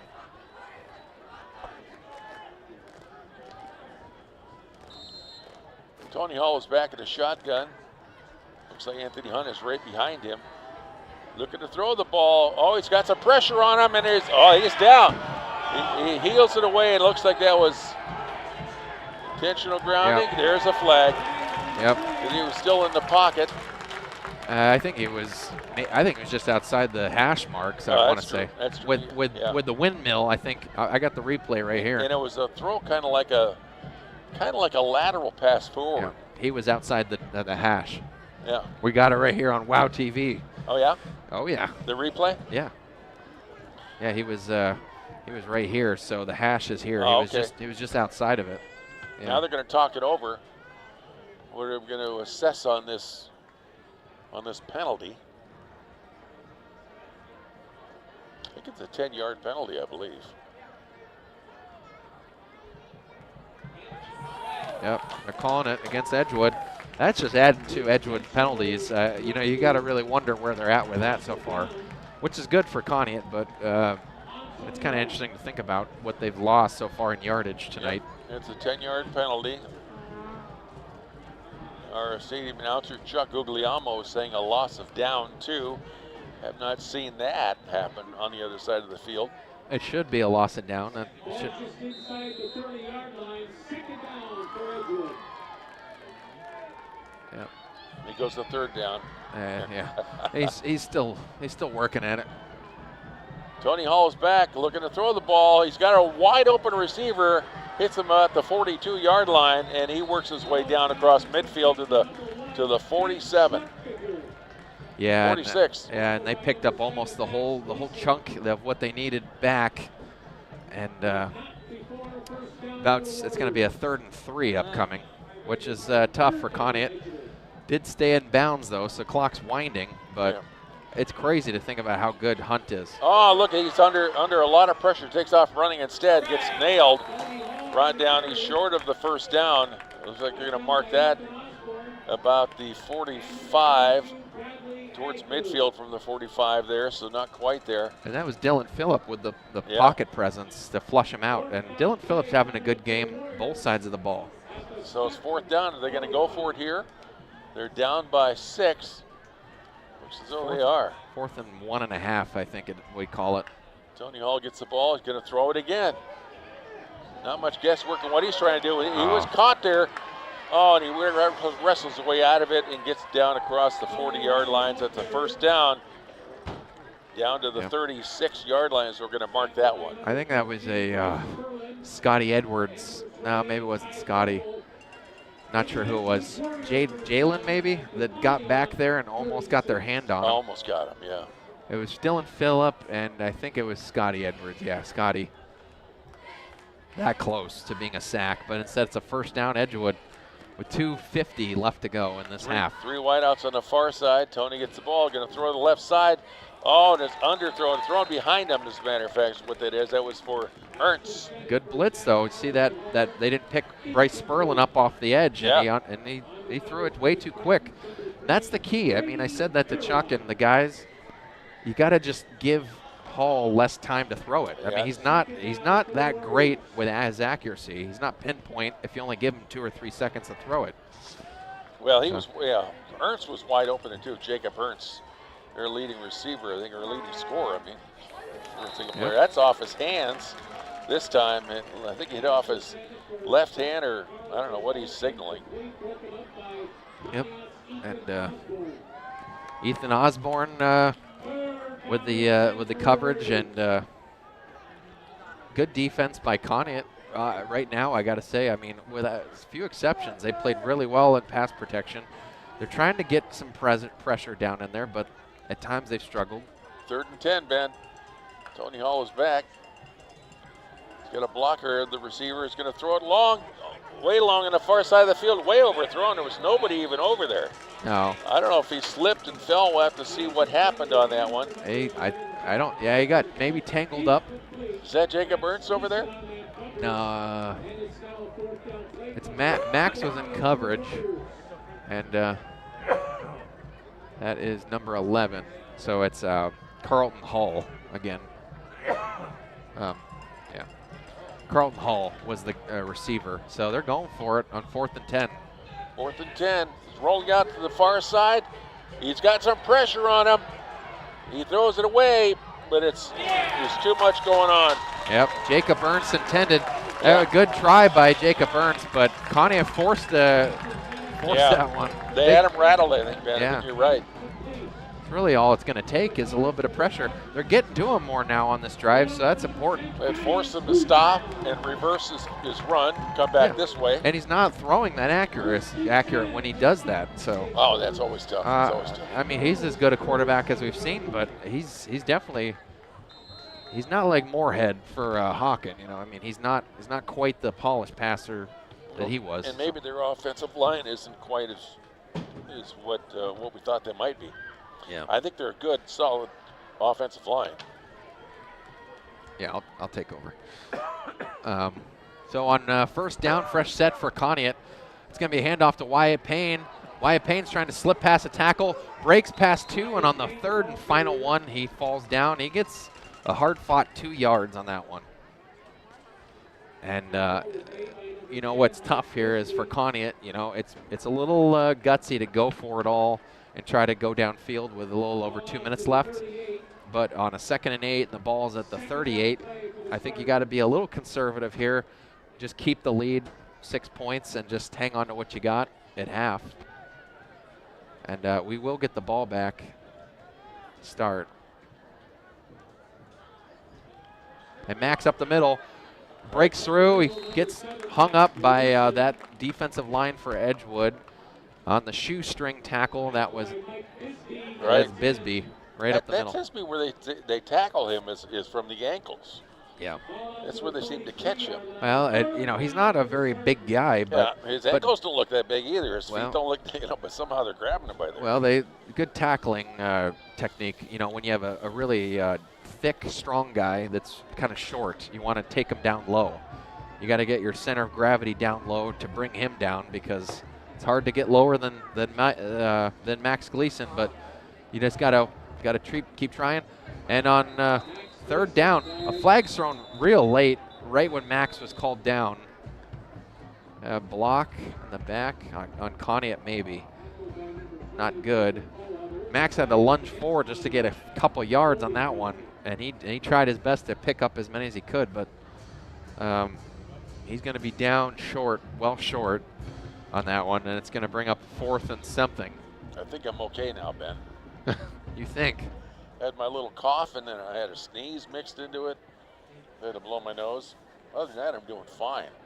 And Conneaut did not get, yeah. No, I can see that. Better. Was that Max? He dove ahead? Yeah, well, he dove ahead, didn't get it, but they're taking the penalty, so it was an illegal block against Conneaut, and they moved back 10 yards from where it was spotted. So he gets 3rd down over again? 3rd down and 12 it'll be now. Yep. Try something in the air, maybe. I don't know if they want to do that or not. I bet you $1 million Rocco's not passing it at all at this point. And right. With a minute left and you're at the 34, he wants to go into halftime with the lead. He's rolling out like he wants to. Uh-oh. Oh, boy. But it was incomplete, intended for Ethan Osborne. But that was a bold pass. Not very good call to throw it. And Noah Ham was open too, Ben. Yeah. He was right at the 45-yard line. There was nobody around him at all. And they tried to get it to who? Was that Bryce? Ethan Osborne. Yeah. And Ethan was in between two defenders. Ethan tried his best to come back and leap for it, and he probably did make the best effort of anyone at catching it, but just too hard to try to come up with that one. And a fourth down it brings. Well, we'll see that too in instant replay about Noah Ham. And I think he was standing there all by himself. He's back. There's the punt. It's a low squibbler type punt. They're going to let it go. Yeah. Yeah, if they don't touch it, then the clock starts running down more. Yeah.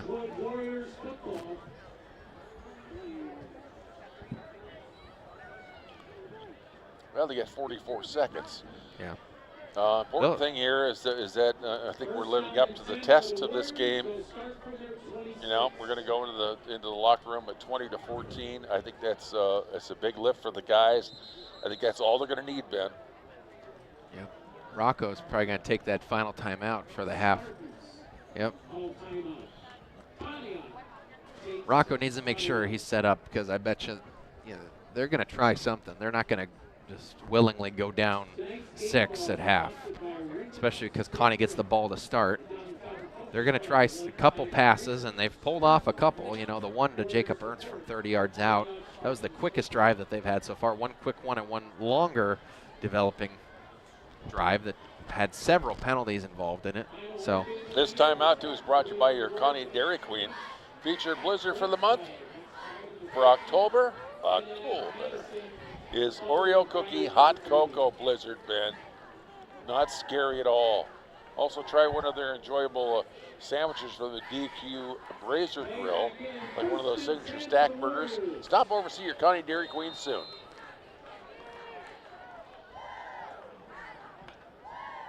Tony Hull is back. It's a little pitch out to the far side and is missed. Yeah, he threw it behind, I think that's 22, Zeke Lucas. Or is it 20? Oh, you're right, 22. It was Zeke Lucas. Just threw it behind him. Yeah. Didn't even look like he was trying to lead him with the pass. And good thing Tony Hall does look a little rattled. We got to him a lot in that last drive. Yeah, that one, though, he had plenty of time. There was nobody around him at all, and it was, relatively easy little dump-off pass out to Zeke Lucas, and it didn't go. Now he's got more time. More time. Lets a long one go, Ben. Bombs it out. That's going to call. That's flags there. Pass interference. Yeah. Who's that on him? Yep. Ethan Osborne was in coverage. Ethan Osborne, he should have known to get away from him. Yeah, he was going down anyway, and he could have moved away from him completely, and he would have fallen down. Right.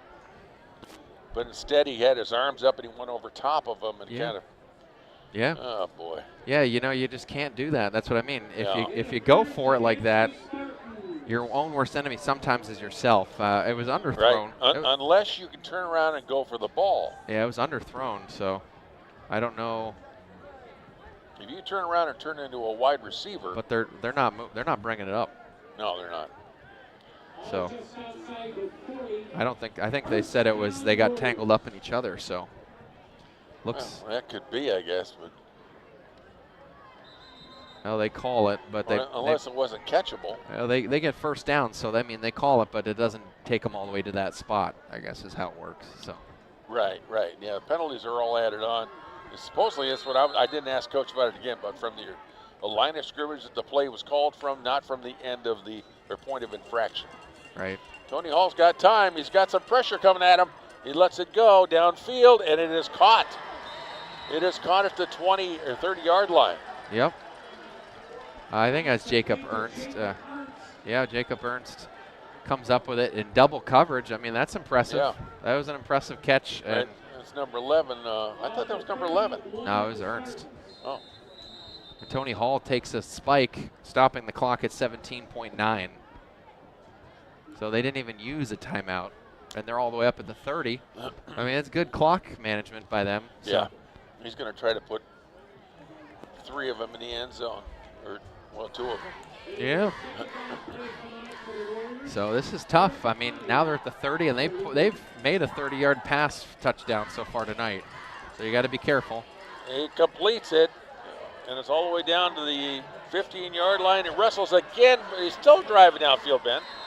Yeah, and 13-yard line. Only good thing with that was a time. They called a timeout after that, but it took a lot of time off with that, and Jacob Burns did drag it all the way down to about the 12. Still, that's a 13. first down. Now, granted, it takes away how many chances you have for the end zone again here, but 7 seconds. If you just hurry up and execute it in the end zone, you might be able to get one more in after this one.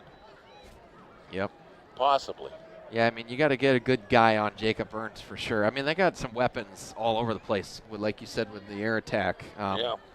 So for sure they've got options, but they got one shot probably, maybe through the air, and if they don't get that, I wonder if they go for it again on a quick pass. If they don't connect, they got 13 yards to make it in.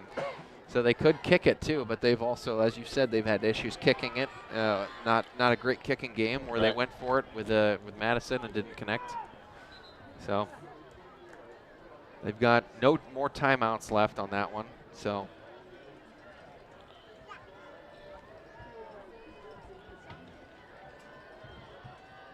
it'll be first down, Edgewood, 20-14 too.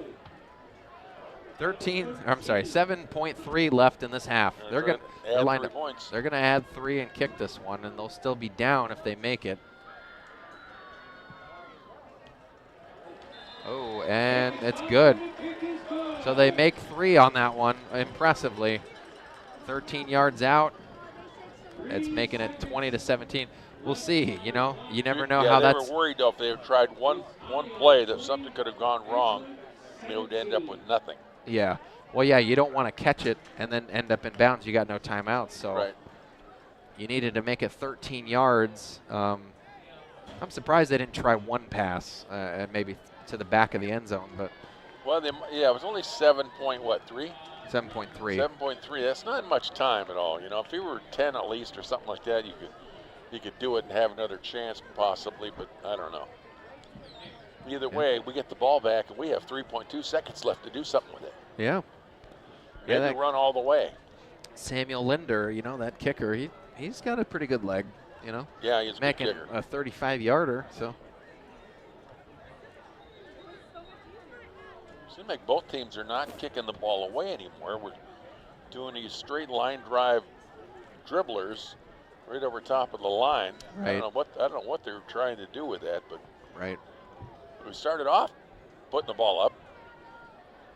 Exactly. Now we're just maybe to wind the clock down a little bit. You're just trying to kick rollers, and we'll see here. Either way, you gotta get the ball, just land on it, and then the half is over.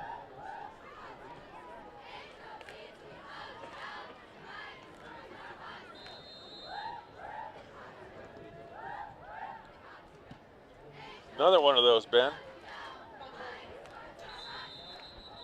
It's Bryce. Yeah. Bryce fielded that one, goes down on one knee. That was Colby Stiltner. Oh, I'm sorry. But he knelt down, and they'll have to just get the offense out there to kneel down to go into half. Yeah, don't want to shortchange Colby, and the plays he gets, we got to make sure he gets noted for that. Yeah. Cody Stiltner, a Spartan of tomorrow. Yeah, the Spartan of tomorrow, potential quarterback of tomorrow. Down to 1.8 seconds left.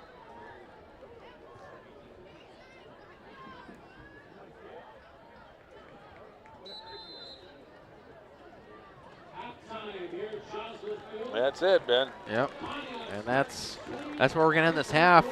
Conneaut Spartans 20, Edgewood Warriors 17. A big play there to end it for a field goal. We'll take this time out, and a few commercial breaks later, we'll come back for the halftime recap on WOW Media.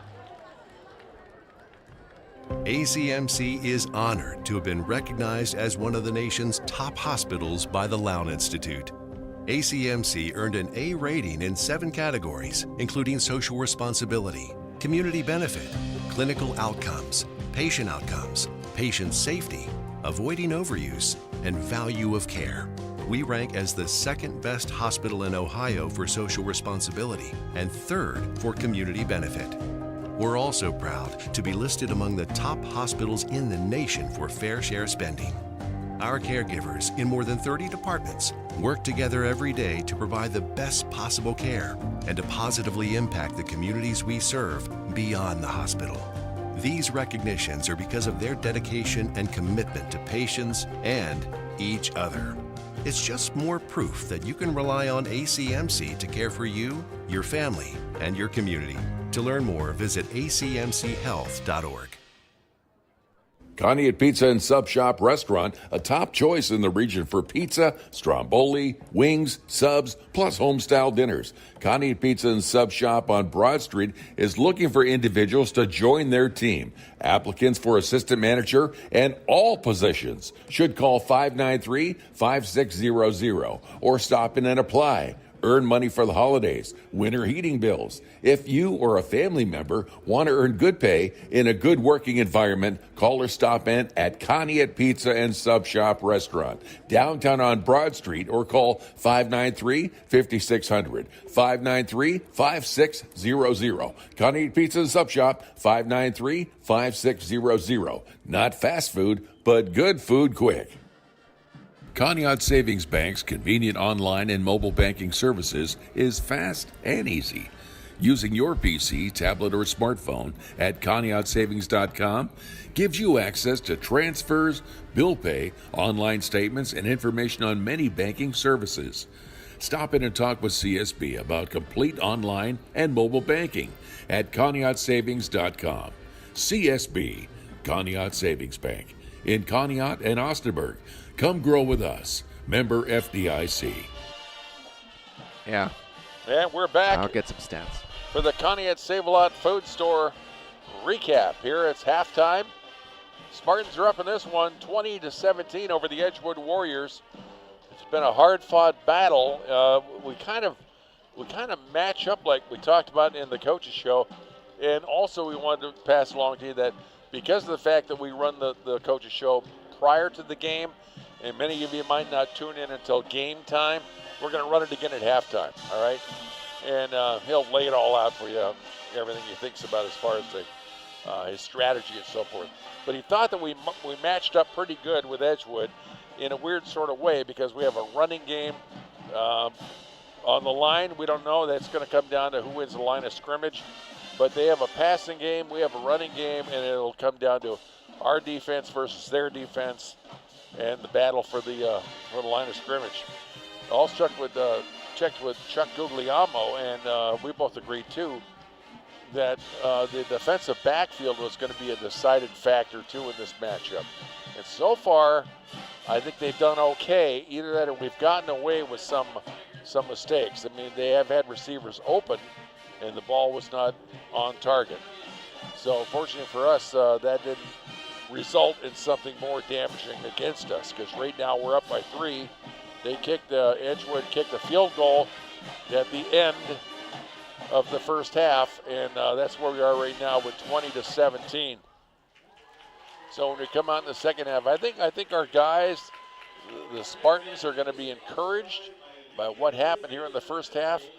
And what you have to remember, too, that what we kept hearing was that there's, and I don't even like to talk about it, but there's a point spread that's laid out there. And what they did was they picked Edgewood by 14 in the point spread. So let that be the last of it that we're going to talk about, because I still have an ethical issue with that. Yeah. But anyway, Ben's back with a recap for the Conneaut Save-A-Lot Food Store recap. Yeah. I mean, and you're saying about the spread too. I mean, it's been anything but what the predictions were. Conneaut in the lead by 3, 20-17. Started out early with the lead with the touchdown to answer out 7-0. on the rush by Max Gleason. So Max Gleason only with 36 rushing yards tonight, but he has the 2 touchdowns on the ground so far tonight. Wyatt Payne, he's got 102 rushing yards so far on the ground. He's been pretty much everything for the offense. Max pretty much held in check, as we said. Really everything between the tackles, which is where Max has been successful mostly. And that has long been snuffed kickoff out. return too, right? Well, right, and I was going to say that. So Wyatt had that. That was the second touchdown when we answered back off that long drive by Edgewood, and he answers back for a 90-yard kick return. So multi-purpose yards, Wyatt's already at almost 200 total in that touchdown. Max still has to find himself a little bit in the second half. He wasn't quite there, but he got 2 touchdowns, and that's really when you need him. He scores and he delivers. So yeah, that would really blow this game wide open, Ben, if Max could figure out his contribution for this game too. And I think he will. I think we'll see him breaking out somewhere in the second half. So on the defensive side of the ball, I mean, you got to say Conneaut's defense has played really well. Great pressure on that line. You know, Dylan Phillips played a very good game. A lot of pressure out there.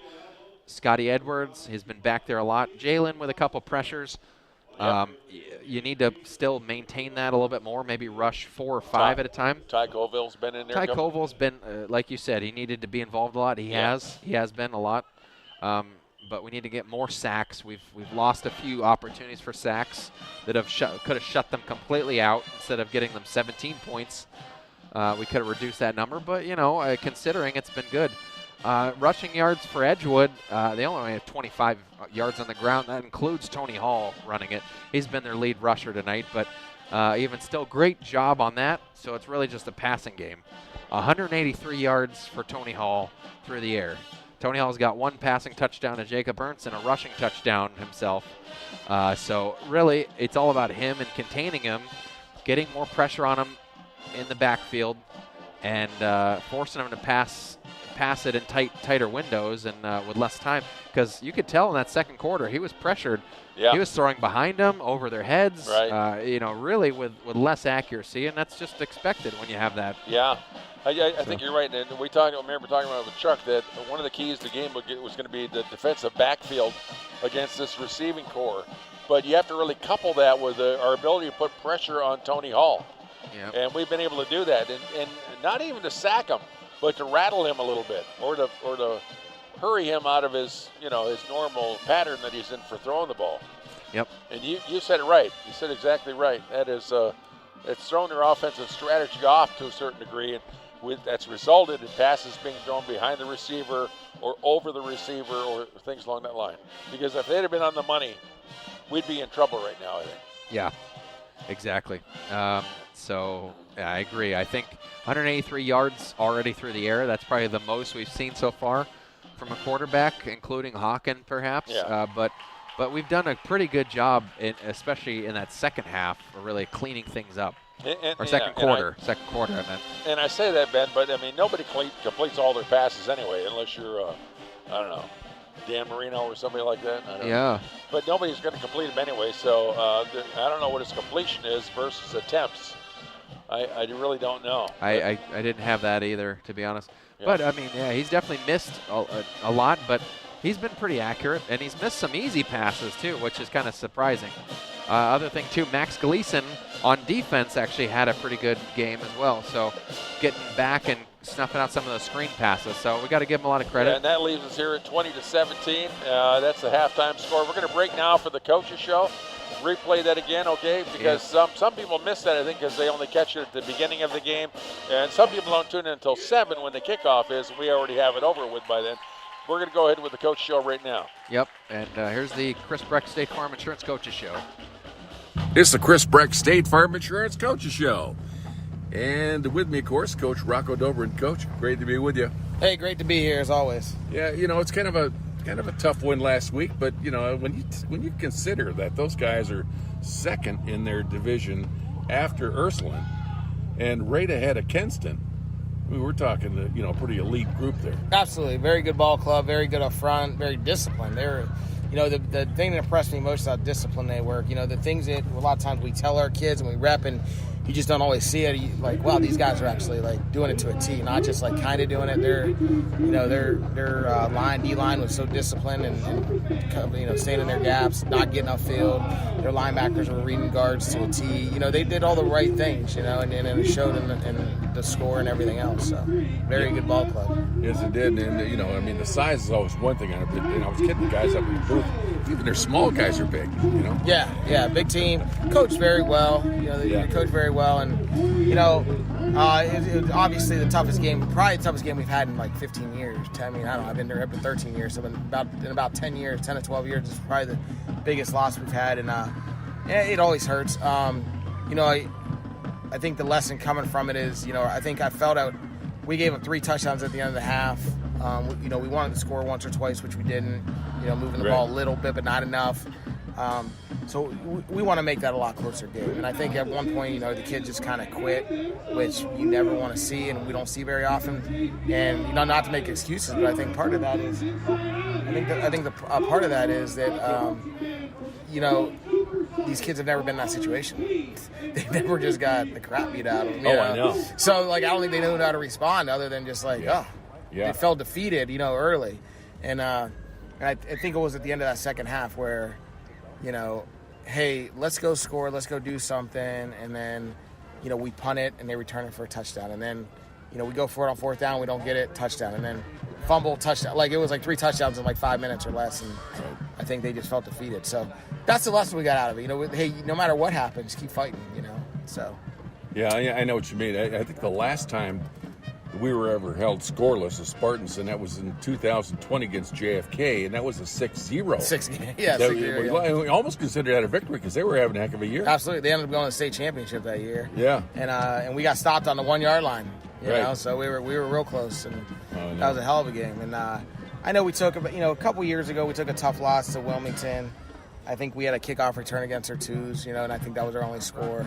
The first year we played Wilmington. Second year we played a little better. Was that the game down there, though, in Wilmington? No, the game in Wilmington we played a little better. The game up here the first year, I think it was, probably like mid-30s or 40 to 7 or something, and not good, but you don't think of too many games where we just get blown out like that until, except for my first 2 years here. Then, the Genevas of old beat us like that, 60-0, and that was when we first were getting started, and year 1 and 2, and then we kind of turned things around a little bit from there, and at least our kids just haven't seen it in a long time. Yeah, and that was going up against, even though they were a smaller school, that was going up against a wing T that they put out there, and they were legendary for being a really good school, no matter who they were playing, how big they were, or whatever. Yeah, Wilmington was just that way. And in fact, I remember the one game, you took them out of their game plan. They put the wing tee away, and they started running a fullback up through the line, and the tailback was coming right after them. Yeah. And that was working, too, for yardage. For gains. Absolutely. But, I thought it was kind of a learning game, whatever. But if you look at where they're at elite-wise, being the fact that they were second in their region in District 3, there's not much more you can go up unless you schedule with Menor or St. Ed's or Ursuline or somebody like that. They're a very good ball club, bigger school than us, and as you talk about Geneva, they're definitely a bigger school, and but they we got to play better, and that's you learn from it and you move on. I think our kids are going to move on. They're excited about this week. I bet they are. One more thing about Geneva, I think that turning point was second quarter. I think they were up 13-0, I believe it was, right? And we were driving, had a chance to get the ball in and score a touchdown. That would have been a big deal for the guys, I think. Yeah, absolutely. And then that's when they came back and scored a touchdown right away when we turned it over. Yeah, well, the first time we moved the ball pretty good, and we got a loss down, or we got a loss, a minus play. And then next play, kind of got a bogus delay of game, which I didn't feel was right. I think they kind of messed up that call. Yeah. And then we hit a boot pass, and we get 13 when we needed 15. Right. You know what I mean? Yeah. And if it wasn't for that delay of game, we hit that play. And, and it was that kind of night for us. And it just wasn't going right. And it was, it was an honest mistake on the ref's part, in my opinion. But like, and the game's not going your way, and then the little breaks don't go your way. Right. On top of that, right. it snowballs into a disaster. I think you and your coaches did everything you could to get the team ready for them, though. No, thanks. We try, And, yeah, as though it just is what it is. I guess, yes. Right? Yeah. But I'm thinking about, even with that loss, Coach, we're still, I think, in the ranker. I know you're not looking ahead for the playoffs, but we're 10th on the list right now. Yeah. And we had, mathematically, we still have potential to even get a home berth again for a playoff game, but we got a lot ahead of us here. Absolutely. The end of the year. That's why you got to take one game at a time. You can't get down on yourselves. Right. You can't. We're gonna have 3 tough games the rest of the year, and any one of them we're gonna get a lot of points for. Yeah. They're all bigger schools. They're all bigger schools, and they're all got a couple wins. Yeah. One win against one of the bigger teams gave you a lot of points. Absolutely. Keep you in the playoff picture, whatever. So you just do whatever you can do. Yeah. But how about Edgewood? With Hall back there again, is it you preparing the way you did last year against that passing game he has, or you think they're going to try something different, like running the ball on you? They come out running the ball in every game a little bit, just to keep you honest, but they want to pass. They want to throw. Now what they do is they throw a lot of quick screens, which are almost runs. Yeah. It's just, hey, let's get our guys. Right. Like Hall will be in the backfield, for a series, and then the next thing you know, he's that receiver, and they're trying to get him screens. And they got multiple weapons, so the quarterback can throw it like 60 yards. Yeah. So you've got to respect that. No matter what, you got to respect that game. You got to respect the run game. You got to respect those quick screens. They really use the whole field, and this year they really have the talent to do that because they got some good running backs, the quarterback that go far. Ernst kid is a great receiver, number 4. Yes. Number 11, I think his name's Carlos Hall. He's a guy that we didn't see last year, and this year all of a sudden he's very similar to the Hall kid, right. Number 2. So, sure. So both those kids have a lot of wiggle and can make you miss. So they're just a very talented squad, and so we're going to do our best to contain them. And then. Obviously, offensively, we gotta be able to hold on to the ball. We gotta be able to take a lot of clock. It's one of them games where we want to take the clock and score, and we're gonna need to do that to be successful. If we can keep putting the ball in their hands, they can go 3 downs in a row and not get a yard, and then throw a touchdown for 60 yards. You know what I mean? Like they have that capability. Yeah. So we gotta just contain them and hopefully allow them to cause their own mistakes and then capitalize on them. Yeah, and defensive coverage can be a big deal on it too for the passing game. Absolutely. But other than that, you think you match up pretty good with them? I think do on the think run. we match up with them. I think we match up in a weird way in the fact that we run the ball well and then they throw the ball well. It's because if we can just contain that throwing game and not give up the big play. Right. When you throw the ball, a lot of bad happens. A lot of times interceptions. A lot of times there's incomplete pass. Obviously, not a good thing. You have opportunities to sack the quarterback. Like there's a lot of things that could happen in a pass game if we can run the ball good on our side. Because then we take that out of our hands and hey, now we're getting chunks at a time. But it's got to work out how you want it to work out, obviously. Yeah. But I do like the matchup. It's I don't think you could strictly go by comparison and score to score. Just because their style, they're going to score more points. Our style, we're going to take more clock and score less points, but play defense. You know what I mean? Yeah. So sometimes I know kids want to be like, well, we beat Chagrin by 20, they beat them by 40, or Geneva beat us by 50, but they only beat them by 32, or and I'm like, that doesn't matter. None of that matters. Yeah. You got it, and it's a rivalry. I mean, our kids have always played hard against Edgewood, and Edgewood's always played hard against us. I mean, it's the guys know each other. Yeah, so it doesn't matter. Browns, Steelers, Ohio State, Michigan. You know what I mean? Like it doesn't matter. And it's that game on our schedule. It doesn't matter what the records are. Even though I think we're very similar, probably the same record, but doesn't matter. It's going to be a barn burner, I think. Yeah. See what happens. Well, it's always, like you said, it's great rivalry. Everyone's looking forward to it. It's the last home game. Yeah, Anything else we're doing at home? Nah, last home game, so they always have senior night and all that stuff. Senior night, we'll get that out of the way. Yeah, so absolutely. That'll be great. It'll be a fun one, and hopefully, usually we play really well at home, and this year we had 3 losses at home, so hopefully we can recover that. Yeah, you're a real good record on the road. So I know it. Well, Coach, I wish you best luck against the Edgewood Warriors. It's a rivalry game. Everyone's excited about it. Senior night, it'll be great up in the booth to see our last home game be a victory. That would be great. Thanks. Yeah. This has been the Chris Breck State Farm Insurance Coaches Show right here on WOW TV. And we're going now before the second half kickoff, into the WOW TV high school scoreboard. games going on around the league here tonight. Ben, we were just talking about this one. Madison has a 43-7 lead at the half over Jefferson. Yeah, that's two teams. One we played. Madison coming up at the end of the year. Madison just putting on their new tirade so far this year. Another one I thought was interesting. We don't play either team, but Pymatuning Valley has a 40-0 lead over Matthews. Played Matthews last year in basketball, so yeah, I thought that was kind of interesting. They sure know how to put points up this year. Hey, Perry is all over Chagrin Falls tonight in Perry, Ohio, 35-3. Yep. So that's not going well for them. No, not at all. And Perry's just been so great this year. How about overall. across the line, Ben? Grove City and Hickory are at 7-all at the half. Yep.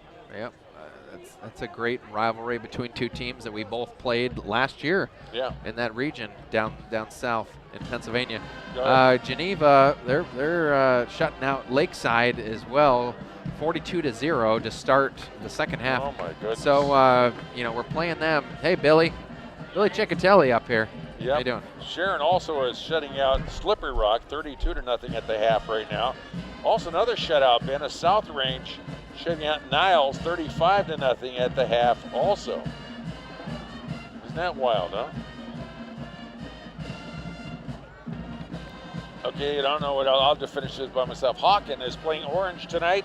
Hawken is, Hawken has to play Geneva at the end of the year, so that'll be a big one. 41-7 over Orange right now. Berkshire also has a 7-6 lead over Crestwood at the half. And Chardon has a 28-7 lead over Mayfield at the half too as well. One final game is Mentor at the half now, 21-0 over the Brunswick Blue Devils. There you go. How about that? Mentor just keep on rolling. There's no score at all yet for Cathedral Prep and Benedictine. I'm not sure what that's all about, but whatever. Yeah. Oh, some other game. Independence has a 14-0 lead over Wycliffe. Warren G. Harding a 9-7 over Cardinal Mooney. Cary, the Blue Devils from Cary, 56-0 over Bucyrus. So, oh my goodness. There's Bucyrus again. We talk about them quite a bit. Yeah. John Butchko down there running that yeah, program. Coach John's having a rough night tonight against the Cary Blue Devils, but that's the way it goes, isn't it? Yep. Talking. What do you think? I don't have any more high school updates, but Maryland's at Ohio State tomorrow at noon. Oh, they had more time on the clock. And they got a little bit extra time to get set. And nice. Penn State's off this weekend, actually, so they got a bye week, and then they got UMass next weekend. So. Yep. So. What do you think of Lou Holtz? His ranking of the top 25, he moved Ohio State all the way back to number 9. Yeah. He had Penn State, I think, at 7. I know. But he moved Ohio State to 9. I don't think he thinks that highly of them. Yeah, he's been a lot more favoring of those Pacific teams like Washington and Oregon. He really put those up high. Florida State and Penn State, putting them above Ohio State. I mean, you're going to know for sure after the matchup on October 21st how that turns out. But I know it. Everyone's anxious about that one. I don't think he likes Ohio State very much, from what I derive out of that. It could be. I know. No, they're not. They're going to win that game. And we don't want to hear any of this. They're going to win that game in Columbus, and it's rabble-rousing not even going to be close. We will not put up with any Penn State, anti-Penn State talk around here. Well, now ordinarily, I used to like Ohio State and Penn State when Penn State was an independent school, and Ohio State was a Big Ten. You could do that then.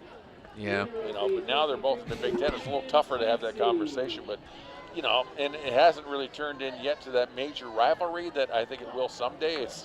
It'll never be Ohio State, Michigan. Yeah. But it's been close, I think.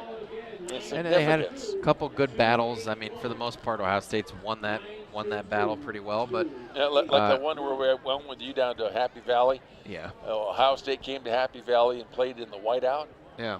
what an incredible event that is, you know. Oh yeah, it was big for that fan base. Oh. And it was a good game through one half, I think, and then after that it was a blowout. It was very close. And that's when we played in between that storm, right? There was a storm off the Atlantic coast. Yeah. Was that 5 years ago or no longer than that? 10 years probably ago. about 10. Yeah. And that's where I'm at my old rule, whatever I think it was. If I double it, I'm closer to the truth. But there was a storm coming in from around Chicago, coming into Pennsylvania, and then that storm coming up the East Coast, and we were right there in Happy Valley, right in between the two. And it was beautiful weather. On both sides of us, they were having terrible weather. Yep. But I was amazed at that whiteout, how well things are choreographed in that stadium. You have so many people. There was 80,000 people, 90,000 people there, all doing pretty close to the same thing as far as how they do the chants and whatever, you know. Oh yeah, the energy was electric in there until the second half, pretty much. Yeah. But it was unreal. Anyway, we're getting ready to start the second half here. It is 20-17 here at Joslin Field at Riccardi Stadium. This game is really turned into quite an exciting matchup. We had all the talk prior to this about the point spread. It was favoring one team versus the other. What one team's record was against this team, against that team. You can throw all that stuff out the window, and Coach Rocco said that. Take all that stuff, throw it out the window. It doesn't matter. This is a rivalry matchup here. It does mean a lot to both teams as far as playoff goes, but and I think a loss would be a significant loss too to their playoff hopes. Nice There's pickup. Picked up the 25, Ben. That's Ethan who gets it. He doesn't go anywhere. He's trying to figure out where to go with that, and I don't think he can make up his mind. Yeah, gets about the 28 is where we'll take it. A few yard pickup. We're here for all pro edge rushers, for pregame tailgaters, for family fan cavers. We're University Hospitals, the official healthcare partner of the Cleveland Browns, and your hometown team of experts for sports medicine, heart and vascular, everyday care, and more. And we're here to keep you at your quarterback rushing, here we go cheering, holding your breath in excitement best. We're University Hospitals, and we're here for you. And we're back. And on the first play of the second half for Conneaut, a spinning carry by Wyatt Payne. Picks up a good tough 3 or 4. Wyatt Payne, toughest player out there tonight for sure, right? Tough run. Right, Billy? He's done a lot of things for Conneaut. They're all hard-fought yardage, and except for that kickoff return when he didn't really get touched by anybody, but other than that, he has been a workhorse tonight. Yeah, it's been huge for him, just the way he's contributed and kept Conneaut moving to get those first downs.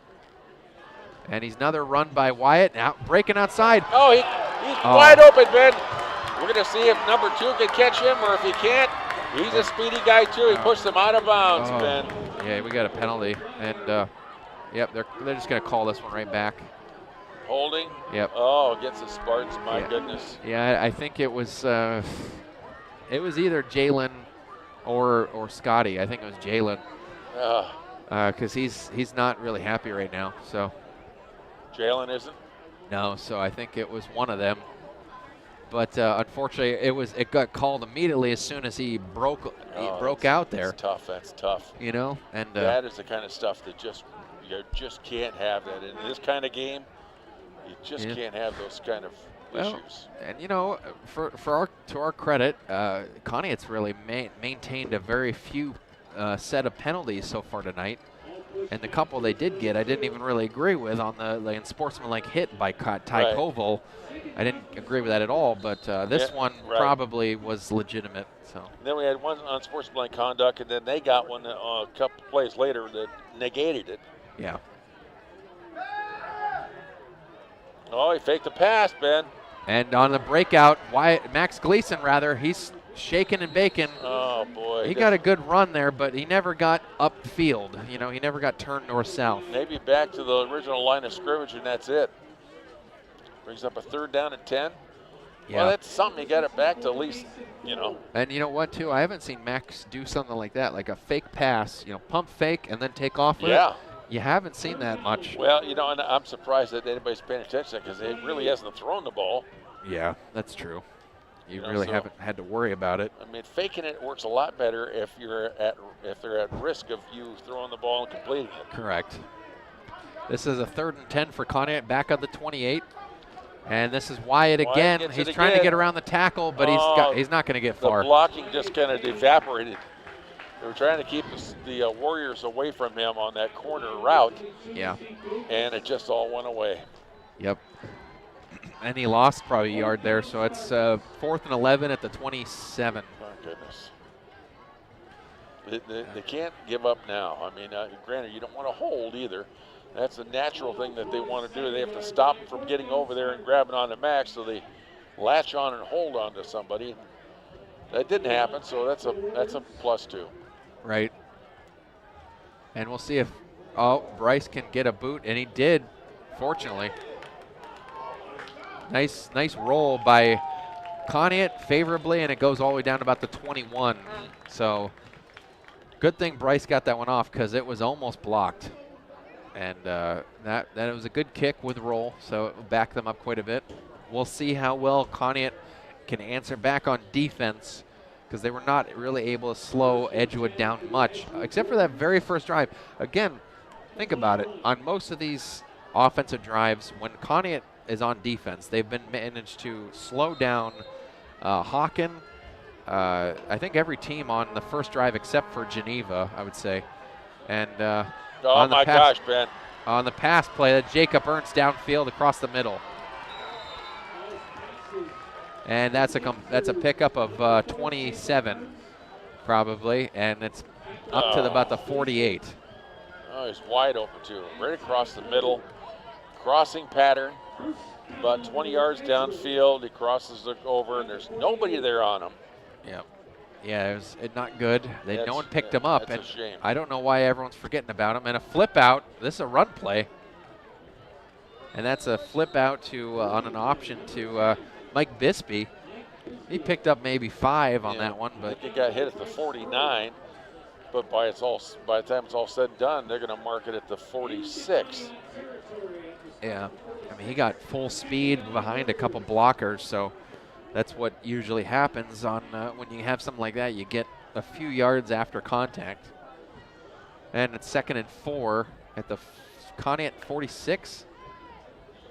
And Tony Hall's going to hand it off. They're running it. Back-to-back plays. That's a first down. He's got blocking and no defender slowing him down off the left tackle. Yeah, and they're running it now, and I think Conneaut's really surprised. And they look like they're not really ready to stop the run. Yeah. First down for Edgewood.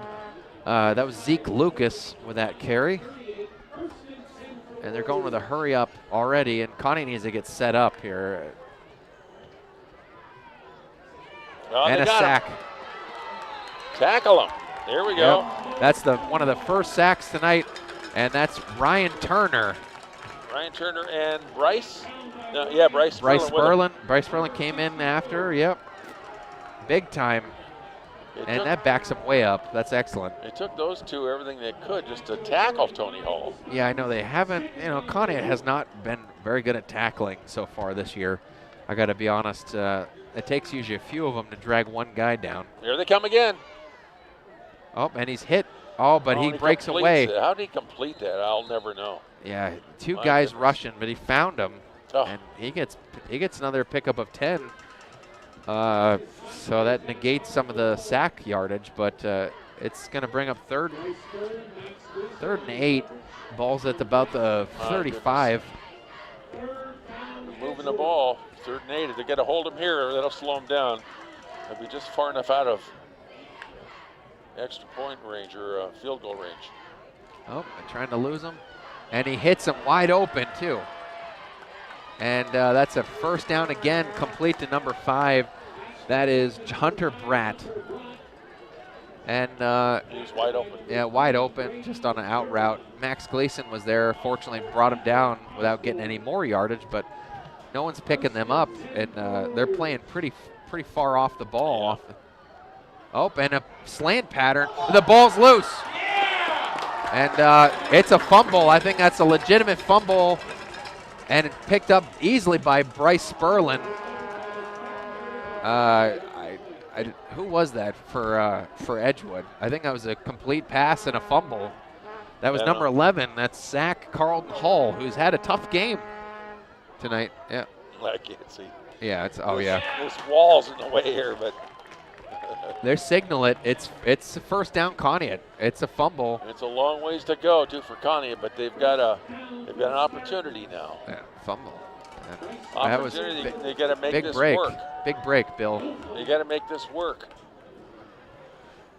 Yeah, exactly. You're still way back, despite the fact that they did not get 7 points. You're at the 6-yard line. Yep.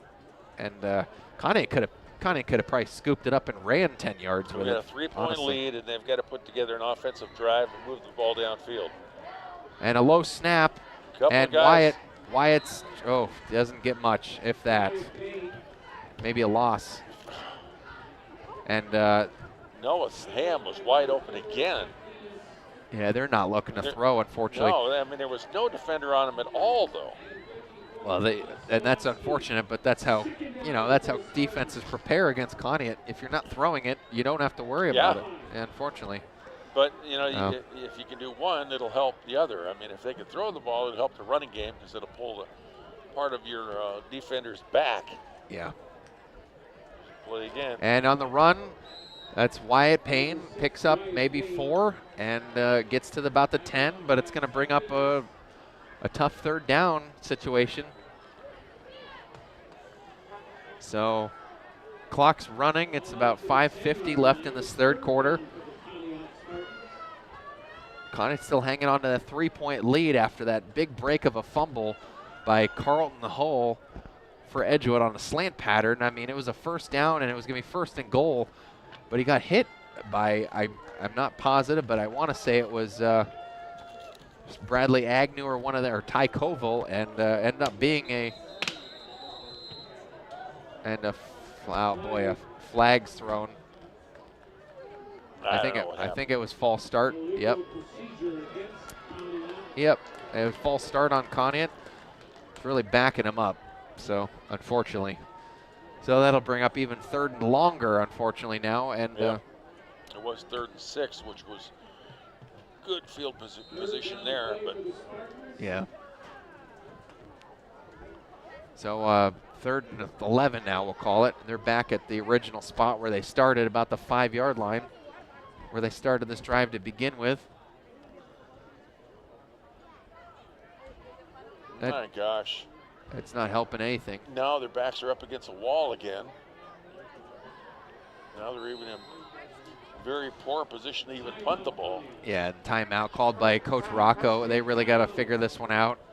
Try to get 12 yards or close to it, They've really had not too much issues with trying to pick up 10 to 12 yards, but at the same time, though, you're back deep in that territory, so that's tough. Yeah. So this timeout and this break, pause in the action, brought to you by University Hospital, Conneaut Medical Center. Yeah, I think so. They've advanced the science of health and the art of compassion for over 100-something years, and they just keep continuing to advance in every single technique and every single level of care that they can provide you. Yeah, and they have quite a chain of hospitals there across northeastern Ohio too that offer different specializations in this or that or whatever, and it's, they can offer you a heck of a lot, which is great. I want to thank Denise for stopping by and talking with us a couple of weeks ago. It was great seeing her. She stopped up here in the booth. And also looking forward at some point talking with Dr. Andrick. He's the Chief Medical Officer over at Conneaut, University Hospital Conneaut Medical Center. Right. So we'd like to talk with him at some point too. I don't know if we'll ever have a chance here at home, obviously, but maybe during basketball, or I can get him something on the radio station. That'd be nice, yeah. Speaking of the radio station, I'm sorry we couldn't get the game on the radio. We had a staffing issue, so we're just on WOW TV tonight. Oh, it's Bryce Sperlin in a lone backfield. He's going to throw it, and it's Max Gleason. Oh! Yeah. And it was a pass broken up by Hunter Brott, and it was good protection by Edgewood. Did he get a hand on that? Yeah, he completely blocked that one, and Max probably had no chance, really. It was well thrown. Yeah, it looked like it was. It looked like it was on the money. But Brott was also shadow covering Max, and you know, that's pretty good. And I think they expected a pass when Bryce Spurlin's back there. That's the unfortunate thing about it, is they expect it. And that's bringing up 4th down, way deep in their territory. Bryce is in the end zone. And a wobbler kick, decent, but it takes a bad bounce. Yep, not good at all, and that's given Edgewood great position at the 32.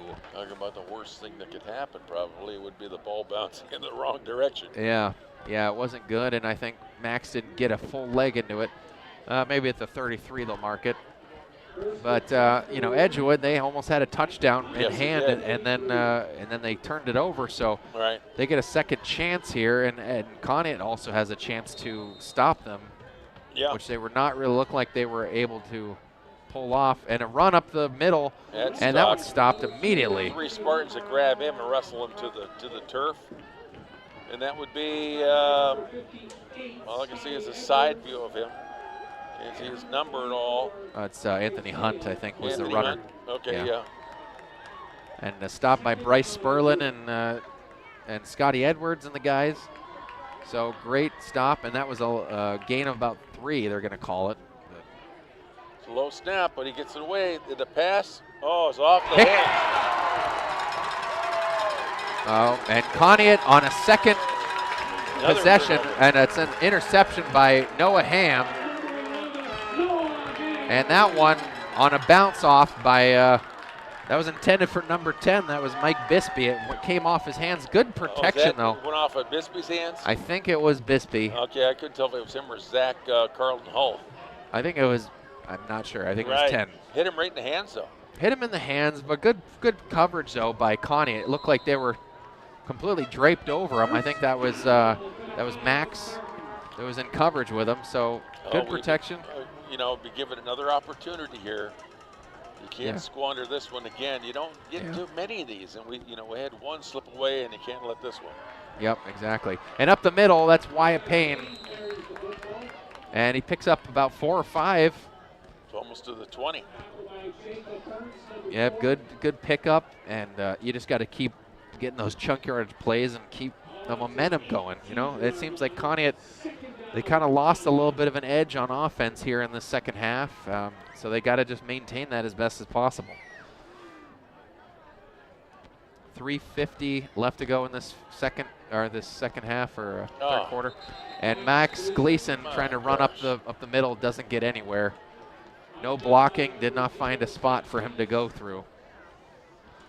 That one's not working, and unfortunately against some of these good teams, some of these best plays that we've run just haven't worked. Yeah, and they're designed for the line to open up a hole, but that doesn't seem to be happening for one reason or another. If they just can't move that Edgewood line out of the way to create a hole, I don't know. Yep, 3rd and 6. Max bursting up the middle. He's short, I think, but he's close. He is close. Better bring up 3rd down, though, right? Yeah. 3rd down and 1. 4th. 4th down and 1. Yeah. Yeah. 4th and 1. This is tough to go for it, honestly. It is tough. Yeah, I would hate to try that. We'll see, but I think Bryce is going to kick it. Yeah, unless there's a way that, I don't know, if Bryce is... Edgewood calls a timeout. Yep. And so it's a tough, but I think you just kick this one and try to get more into it. They didn't get that opportunity, though, Dad. We were talking about where they really needed to get some yardage, and they squandered that one again, unfortunately, it looks like.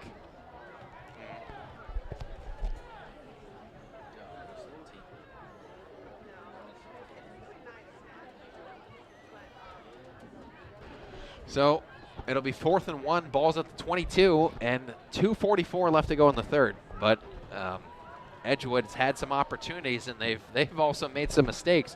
You can't blame, you can't say that we didn't have opportunities, definitely so far. Yeah, we've had quite a few here. Penalties galore against Edgewood for sure, also a fair share against us, but for the most part it's been all against Edgewood, and they really had a tough time in that first half. And now 2 consecutive turnovers to start this 3rd quarter has given us possession of the ball again. And also they haven't scored 2 touchdowns that they could have potentially scored. So Conneaut's got to make the best of those, and they've unfortunately seems like they've been let down a little bit by their offense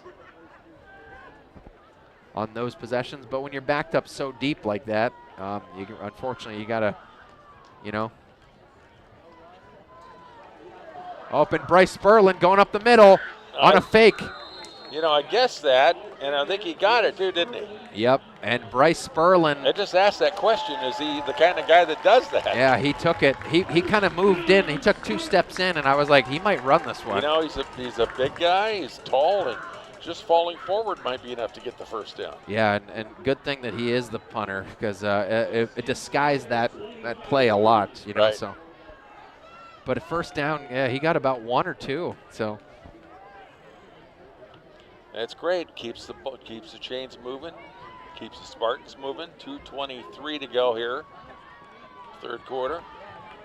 And a handoff to Wyatt Payne. Why? Look at him. Carries a couple of Warriors all the way out to the 37-yard line. Wow. Yeah, that's a pickup and a first down for Wyatt Payne. Great run, about 12 yards. Good run, right, Billy? I can't imagine that's going to probably be enough to tire him out.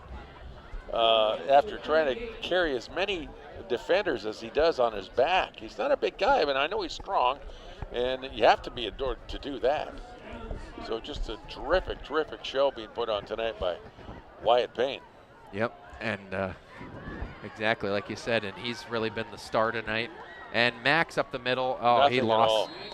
You know what? I hate to say this, but Max has been completely held in check, and you got to abandon. You got to abandon that. I think those types of plays at this point. I'm really surprised by that too. Yeah, really surprised.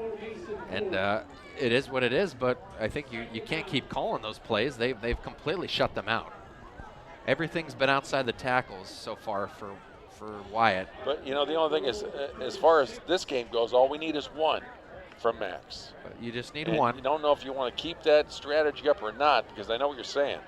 Well, you abandon it for now maybe, and you do go back to it. Right, exactly. Right, but he has always had 1 big breakout play. And the handoff, I'm sorry. Oh, it's a pitch out. And he finds on a screen pass. That's Ethan Osborne. Oh, that was a bad hit to the head, to the helmet. Yep. That was a forearm to the head, to the helmet. Yeah. And it might have been out of bounds. That'll be a good one for instant replay too as well. Yeah, and that's close. Number 4 who did that, right? Hang on, I got it right here. Ernst Jacob. That was no, it was number 2. Oh, it was 2. Yeah. So first down, Conneaut though on a big play. Hey, first pass play of the game that's actually went for positive yardage. So I'm surprised that we didn't see something there on Conneaut. Yeah, looked like a run play. They're disguising the plays a lot better now, I'll say. And a run play by Wyatt. Oh my gosh. What is this? Yep, he's running to the weak side over here where there isn't much room in the first place. And the flow of everything is just filling it all up with Warrior defenders over there. And he almost needed to stop and reverse field altogether. Yep.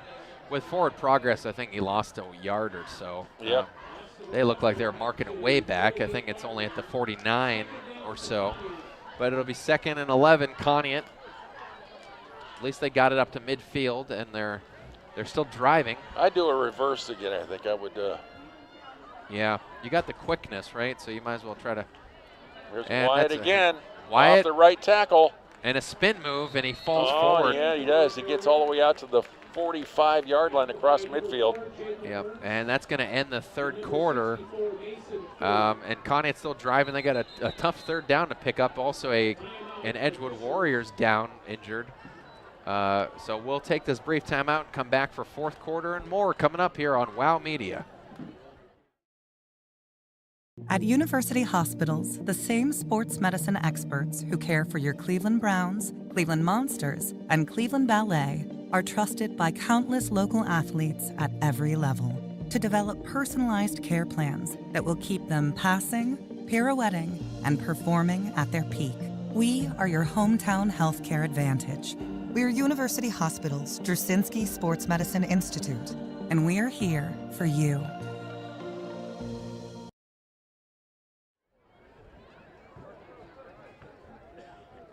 Your Conneaut Save Lot grocery store is a proud Spartan sponsor. Your Save-A-Lot means the lowest prices on the name brands you know and love every day. Save-A-Lot food prices are deeply discounted when compared to other conventional grocery stores.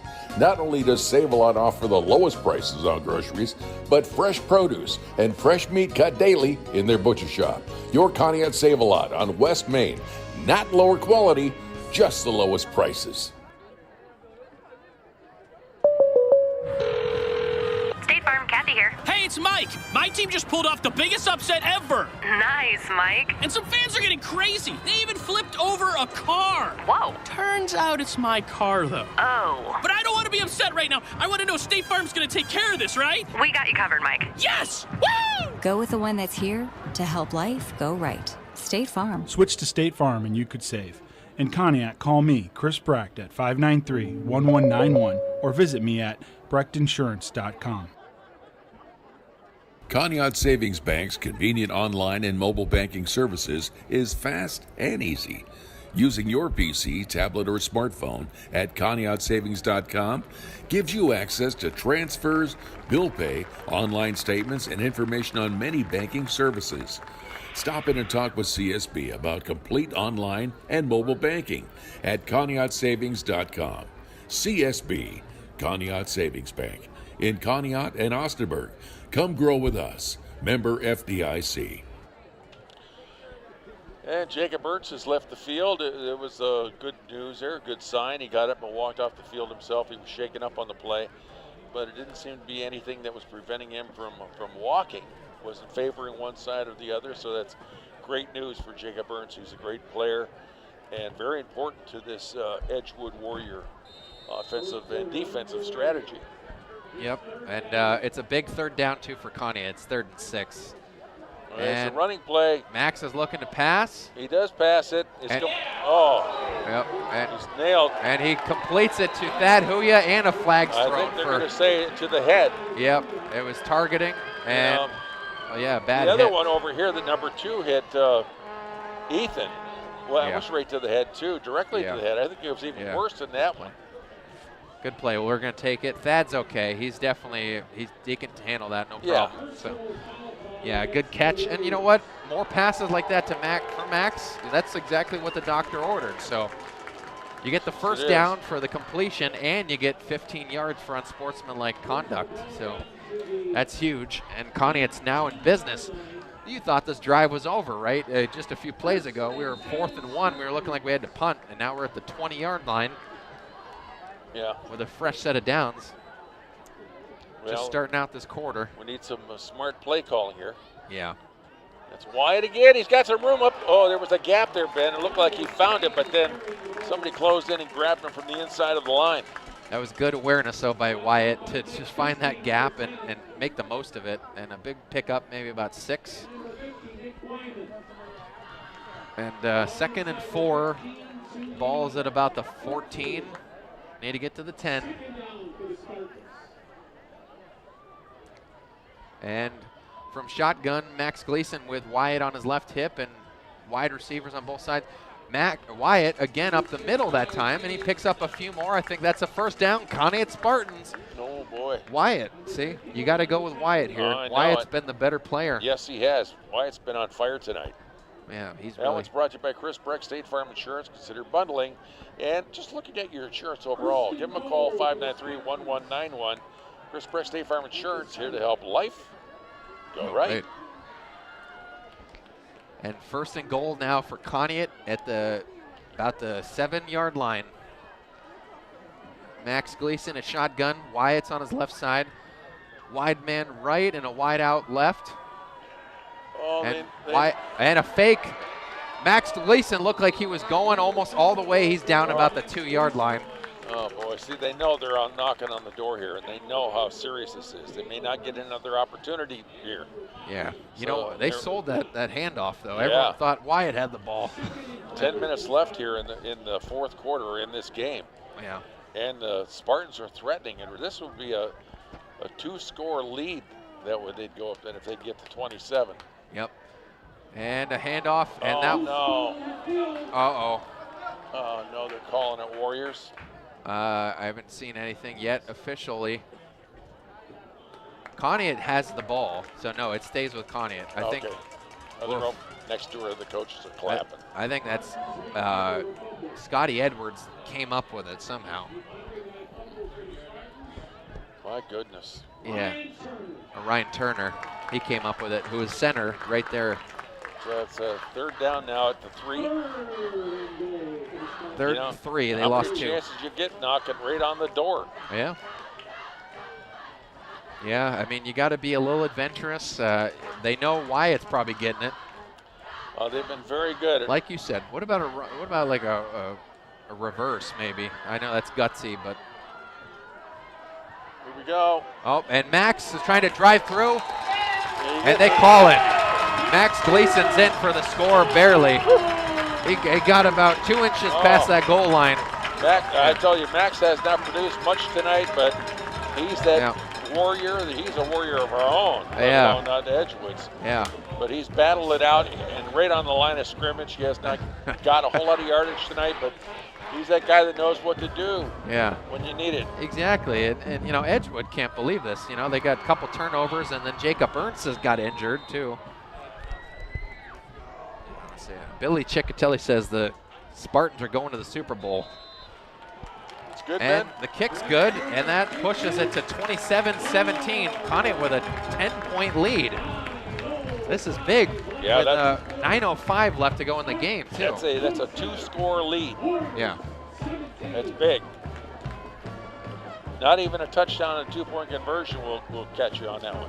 Yeah, I mean, this is just big that they got this type of lead. I know it's at home, but you know, against Edgewood, who we thought had played better against some of these common opponents. Yeah, they got to remember though, Ben, there's still a lot of time left. That's what gets me nervous right now. 9 minutes left in this game. That could be an eternity. Right. With Tony Hall. They've scored way quicker than that. Exactly. So no doubt they can put a touchdown up right here real quick. Only good thing I say is if Jacob Ernst is limited, or if he's just completely out, that definitely takes away one of your best options for receiving. All right, thanks, Billy. Spartans going to the Super Bowl. You heard it here, first, folks. Yeah. Can't wait for that one. In Pasadena in the Rose Bowl? Yeah.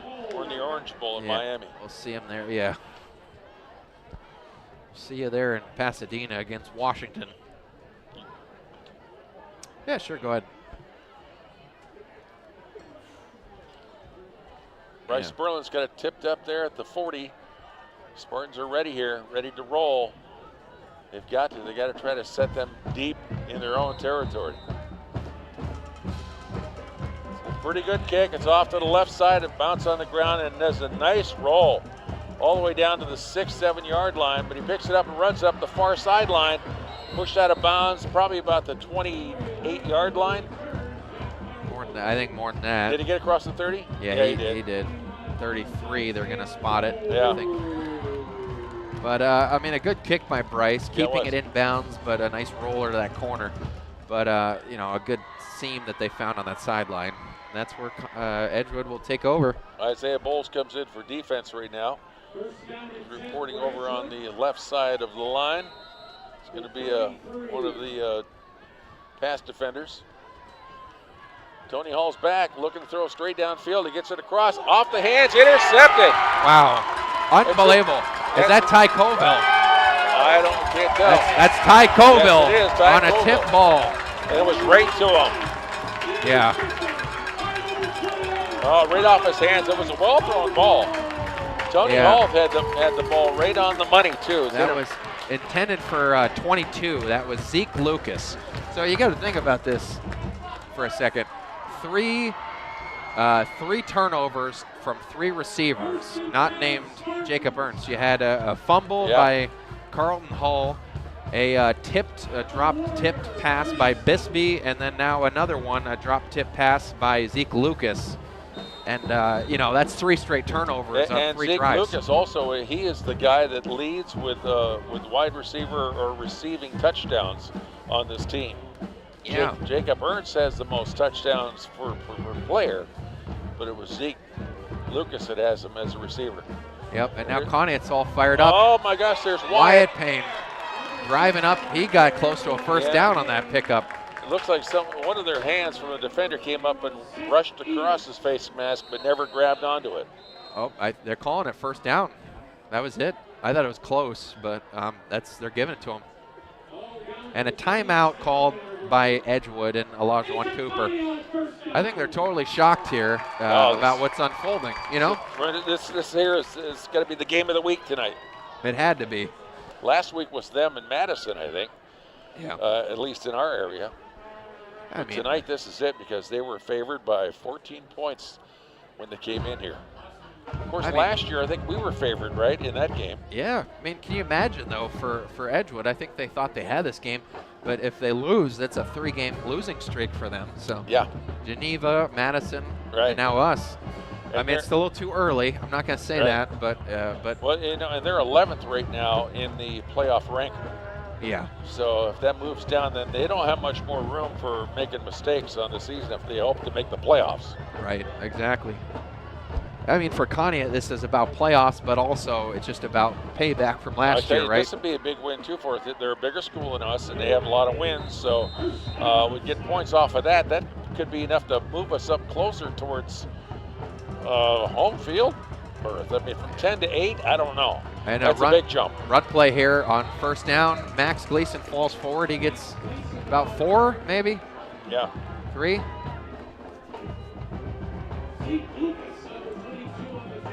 Zeke Lucas with the stop for the Warriors. And ball's at about the 25. And the clock is running. Yeah, only their timeouts are going to slow this thing down, and the Spartans are going to try to. They only got 1 left too. Eat this clock up for the most they can. Well, yeah, that's good. That's advantage to us. I mean, if they get the ball back, they're going to have to use the clock so wisely to score. You know, they got to get 2 touchdowns against us. Max is back. Ty Colville was lined up, kind of an unusual spot for him. Yeah. It was right behind the line as like an added blocker. It might have been an illegal formation. Yeah, I don't know. I thought it was false start, but maybe not. We'll take a look at that one too, see if that was how many guys were on the line of scrimmage. Because Colville, if he moved off of it, one of your flankers has to move up on the line of scrimmage then. And then I'm not sure about how many wide receivers you can have both on the line of scrimmage on one side of the field. Right. I'm not sure about that. I think you can. I think, I mean, I got to say, maybe the colder, damper conditions maybe has attributed to this a little bit. You know, it's not wet, but it did rain out there last night. The field's a little. You mean the ball slipping off his fingers? The ball's been coming out of Edgewood's hands like glue. Yeah, not like glue, like butter. You're right. I mean, there's a possibility of that. And where are these showers, too, that Steve Grant was talking about? Where are these showers that we were calling for at 6:45? So there was a big storm coming. Yeah, Steve Grant predicted a big rainstorm. So we haven't seen anything like it. It's been clear all night, so it's been a good night. Yep, and things have worked out the way that I had originally had called it. Yeah. Conneaut takes a timeout on probably a good decision to call a timeout. They let the clock wind down to 7:31 in this game, but they take a wise timeout to discuss some play options here. They're at balls at the 30, and they got to get 13 yards. It's 2nd and 13 upcoming. Isn't it amazing, though, Ben, how sometimes the weather just seems to work out perfect for us?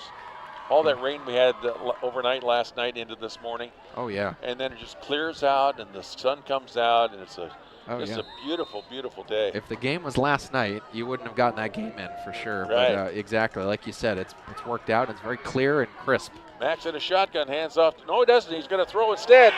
Going for Ethan. Ethan was wide open too, but it was overthrown. Yep, he had him.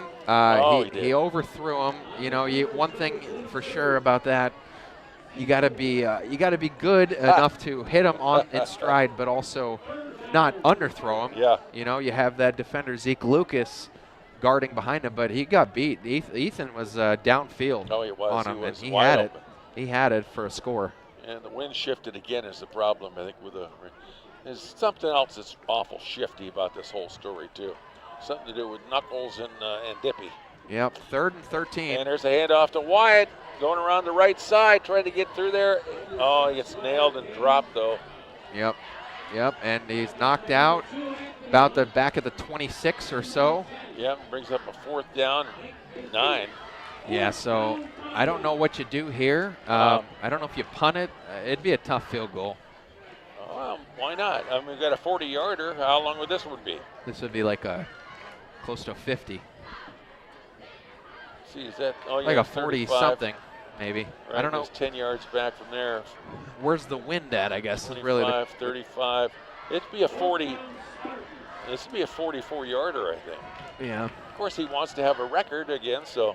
Max is going to take this one. He's going to. Runs up the middle. Oh, he throws it. I thought he almost completed that. Yep, and intended for Bryce Spurlin, but incomplete. Oh, my goodness. Hey, I mean, not a bad attempt, but yep. Bryce was just kind of planning himself there. And, well, the Warriors got his hand in there, and I think he disrupted Bryce's ability to catch the ball. Yeah. I don't know if he knocked it away or not, but. Yeah. And unfortunately, yeah, that's where Conneaut turns it over. But I think it was wise to at least go for it instead of kicking. So it'll be 1st down, Edgewood at the 25.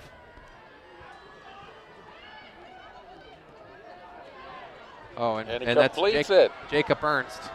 Oh, my goodness. Is back in, and that's a 1st down, Edgewood, back up at the 42. And they're going to try to use hurry-up offense tactics, right? Yep. Clock's still running. Close now, 6 minutes left. And, plenty of room there, too. And Tony he takes Hall off running. He runs out of bounds about the 42-yard line, 41-yard line, wherever they mark that down. Nice pickup for him. That's a 1st down right there, and out of bounds and stop the clock on top of it. Yeah, they completely lost track of the concept of Tony Hall running, you know? Yes, so that's the problem. So it's 10-point gap, so, I mean, Edgewood needs a score, and then they need to get the ball back. He's going to dump it off, I think. Oh, he completes it. Steps up and makes a nice move against our Spartan defenders. Yep.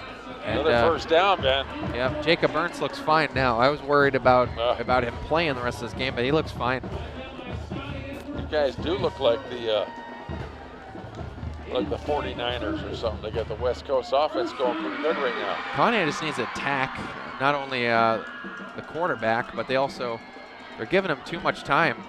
Tony Hall's getting flushed. Oh. He's under a lot of pressure, but he lets it go.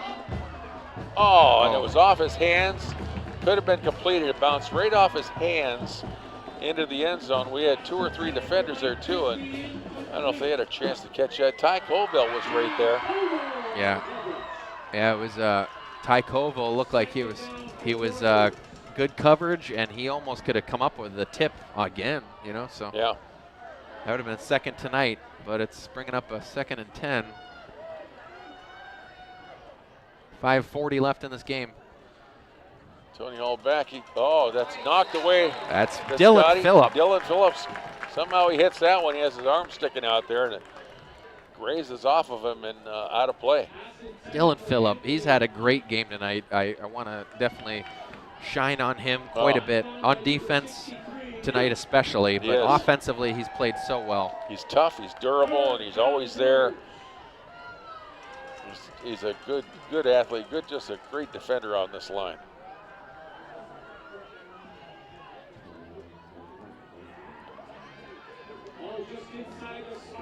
It's a 3rd down upcoming for Edgewood. Ball's at the 30. Tony Hall's back. He's going to throw it again. It's across the middle. It's completed. And wide open, too. No one was there. And he's into the end zone. Broken tackle after broken tackle, and they can't bring him down. Yeah, you got to be able to tackle him, too. Yeah. No one was even on him. Great run, though, after that play. Really was. Terrific run. Yeah. Jacob Ernst. What a tough guy he is. Tough runner. Yeah. And there you go. So you get an Edgewood touchdown like that. So they've answered back in just a few minutes, and there's still 5:25 left. So. No, I know there's a lot of time, and that's what I was worried about. I mean, if you let them move downfield that quick, it doesn't take much. And the kick is good, making it 24 points for Edgewood. I'd look for the onside kick here or something like that. These guys want to get the ball back in the worst way. Yeah, I mean, they probably will, but do they even have to be that aggressive? I mean, like, you kind of wonder if Conneaut is too conservative, you know, they turn the ball over, or not turn the ball over, but, you know, they go a 3 and out, and then they have to punt it back to Edgewood with enough minutes on the clock. All they need is a field goal to tie and a touchdown to win. So you wonder what the strategy is, but I might just kick a regular, if I were Edgewood, I'd probably just kick a regular kick deep and just see what Conneaut can do offensively to try to. Yeah, I'm going to hope to get the ball back. Of course, you know, we can work this time off the clock if we do it right. Yep. My goodness. Yeah, but you're right. You got to be aware of the idea of an onside kick. So yeah, got to be ready to land on it. Conneaut's done a pretty good job of picking up some of those loose, short kicks like that, grounders, we'll call them. So they've. Yep, we've had some other opportunities too to score tonight. We haven't been able to do that, but so has Edgewood. Right. Edgewood has had a lot of passes where Tony Hall had them on the money, and the receivers just could not catch it for whatever reason. You brought up some good points about whether it's a little damp out there or if that ball gets a little dew on it, whatever it may be. Yeah, I mean, right, 24 points for Edgewood. Most people were thinking they would have well over that. We were talking about, Chuck and Guglielmo and I were talking about the magic number Conneaut had to score tonight to win, and 28 was a number thrown out. They're sitting at 27 right now, so they might have to do something with this possession in order to. And a timeout by Rocco. Okay. Yeah. And that was right when Samuel Lindor started. Yeah. Started his takeoff towards the ball. I might have saved that one maybe, but he takes it, and that's his final timeout call. Yeah, that's it. I don't know if they wanted to, if he saw something that scared him, I don't know. Well, you got to be ready to return a deep kick, but also maybe it's the way the ball. You see the way the ball is tipped, isn't it angled this way? I can't really tell. We'd have to get a close-up of the ball by the camera, but the guy's picking it up off the tee. I think it was leaning forward, which usually you would have it leaning backwards if you wanted to kick it deep. Right. Maybe that's what Rocco saw. Maybe you're right. Maybe he saw that, and not only that, but the approach by the kicker, who's Samuel Linder. Linder, right? And maybe he just didn't like that, called a timeout immediately, and you know, Edgewood might try it again, or they might just try a regular kick now. So we'll see. Now he looks like he's got it back now. I don't know. We'll see. Now he looks like it's tipped a little bit towards him. Yeah, maybe it is, yeah. I mean, no matter what happens tonight, Conneaut won't have to hang their head. They played above and beyond what others thought was that they were able to. Right.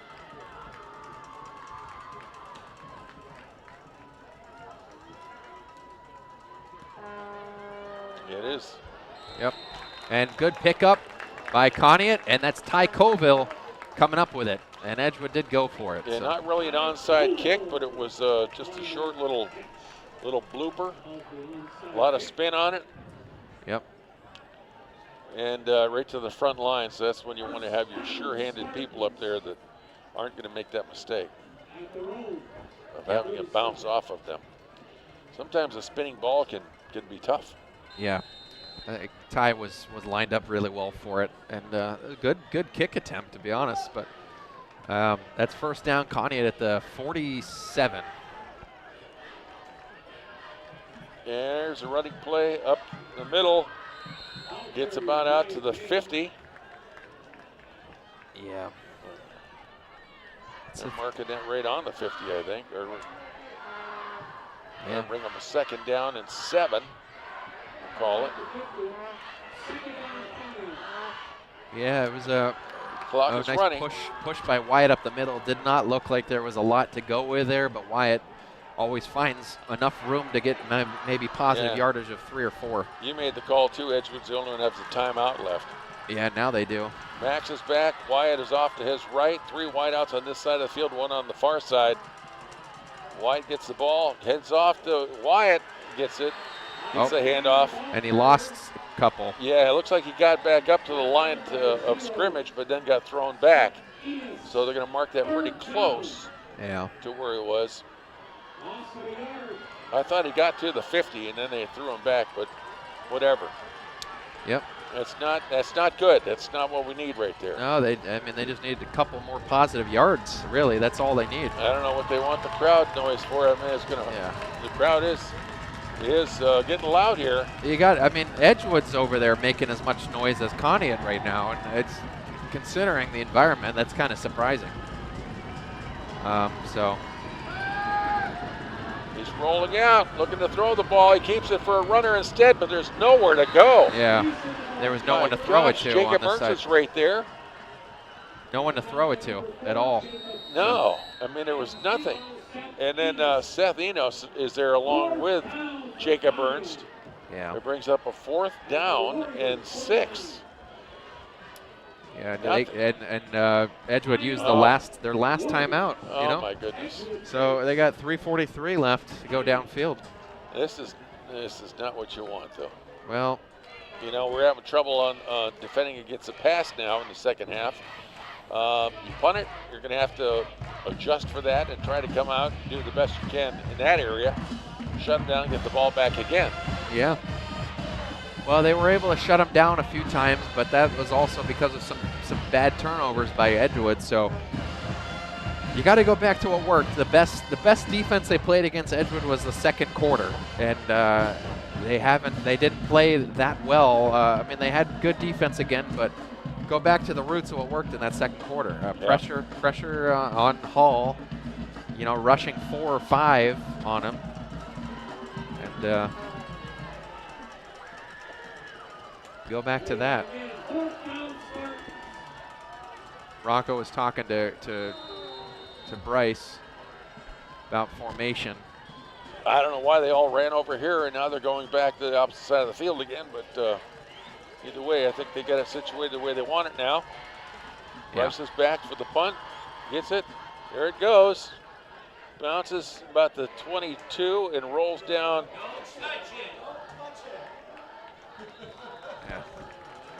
So after they let it roll, a good favorable Conneaut bounce. Edgewood gets it about the 12. 12-yard line, that's about the best you can hope for. Yeah. They have a long ways to go, but we've seen before, when we had 2 drives, one was 15 seconds and the other was 23 seconds or something like that, right. not long ago. So 3 minutes and 31, like I said again, can be an eternity. Yeah, it's plenty of time. Even without timeouts, they got enough. And they're wide 3 and 1 wide right. Tony Hall completes it. Oh. Yeah, they didn't call a hold, I think, on number 1. Number 1 there, yeah. Ben Swartfigger. But it's a pickup of about 5, maybe. 2nd and 5 for Edgewood. Clock still running. Tony's back, he throws it out. Oh, bounces off him on the ground. I don't know. He slipped and fell. Yeah, he slipped for sure. And Carlton Hall slipped. He's had a bit of a tough game so far tonight. But he slipped and fell, so incomplete. Osborne helps him up for some reason. Hey, that's big though, because that brings up a 3rd and 5. Yep. And Conneaut's got to bring the pressure. You got to bring the noise here if you're Conneaut Spartans. Yeah, they're being about as quiet as church mice, and they got to liven it up a little bit. Yeah, the guys on the bench here should be doing that. Yeah, I have no idea what's going on here. Here we go. Yeah, there you go. Tony Hall back in the shotgun, man. 3 wideouts on the far side. Takes the ball back. You're looking to throw over there, too. Lets one go. He completes it. But they catch him and bring him down. That was Jacob Ernst. Jacob Ernst, and the clock's still rolling, and it's 4th and 1. They got to pick up 1 yard. 4th and 1. My goodness. 4th and 2, actually. So this is big for Edgewood. Come on, Spartans. They're getting lined set. up. They got a play to run on 4th and 2, so we'll see how they go for it. Is Tony Hall going to keep this one? They look for a quarterback sneak. Yep. He's going to throw it, man. And they're rushing. Oh, he lost his foot. I don't think it was interfered with. And no flags. That's a turnover on downs. Yes, it is. There's a flag there. I think that's going to be against Edgewood, though. Yeah, that's going to be off unsportsmanlike conduct. I don't know what he did, but he was complaining. He said he thought he was interfered with, but I thought he just lost his balance. Yeah, I thought he did too. I have the replay. You can watch it here on WOW TV. We got it. We'll show Edgewood about it. We'll make a special clip of it. I thought he did stumble forward. Unsportsmanlike conduct. Edgewood, and that's going to be turnover on downs. Chuck's down there doing play-by-play. Yeah, he's loving it, you know. Well, Conneaut takes over on the fourth play. It was also, I think Hall misled on the pass too. But you know what too? Unfortunately, even with that unsportsmanlike conduct, Conneaut gets the ball at like the 25 plus the 10. They're going to be down at the 10-yard line. I'm really surprised they didn't try to run that to get the first down. I'm surprised they didn't. Yeah, they trust the pass play here for this program. They really do. But something, quarterback sneak or something, I don't know. I thought Tony Hall would take it and run it. Yeah. Yeah, to be honest, he's been the best runner for Edgewood. But so Conneaut gets it about the 7. Well, we need to get that clock running again here. Well, Conneaut needs to get this in the end zone. They're at the 6, so they've got to get this one in.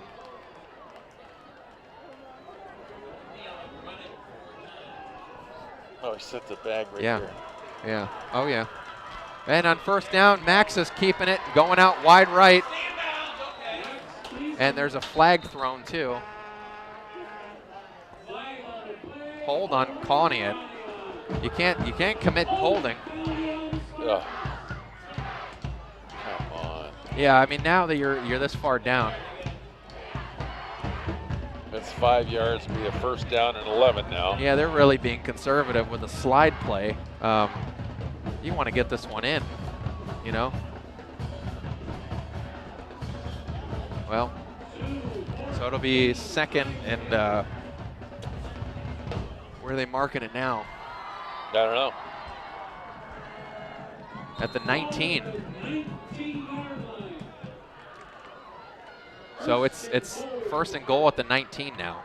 So replay first down, but now they're back more than 10 yards.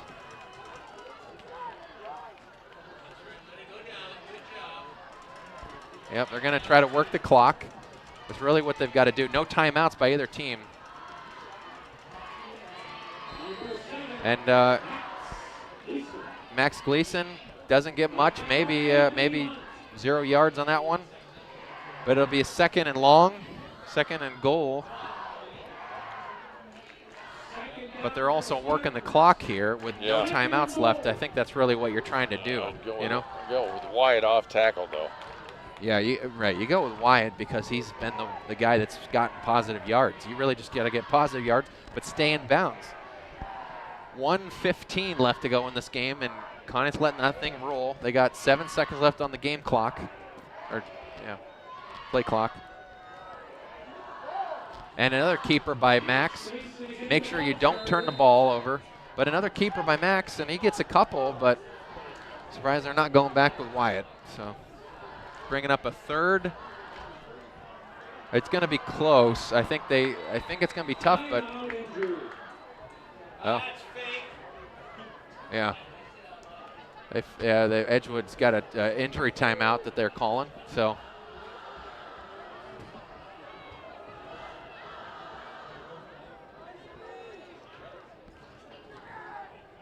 either way, it stops the clock on both sides.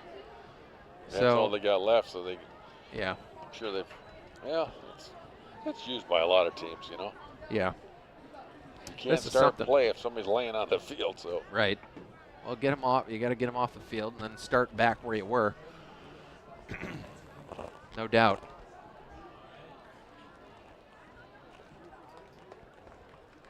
Yep. A slight cramp. That's number 50, Nick Wyman. And he's being escorted off by the trainer.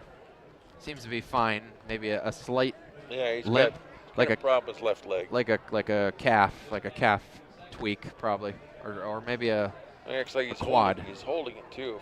Yeah, it looks like he's actually holding his quad or his hammy. So. Yeah. So now maybe he's running though. Yeah, he's fine. He's off. So Finishes running without holding it. you got to really sell it, right, Dan? Yeah. You got to really sell the act, you know. You know, I don't know if the officials can say, "I don't believe you." We're going to play over top of you. They have to figure out something on that if they feel like it was faked. I mean, like flopping in the NBA, there's really no solution to that, right? This is third down, so I mean, this is it. It's out of regulation. Yeah, they got 32 left on the game clock and 22 left on the play clock. So I think they're going to kneel down twice, and that's going to be it, or just once. Sorry.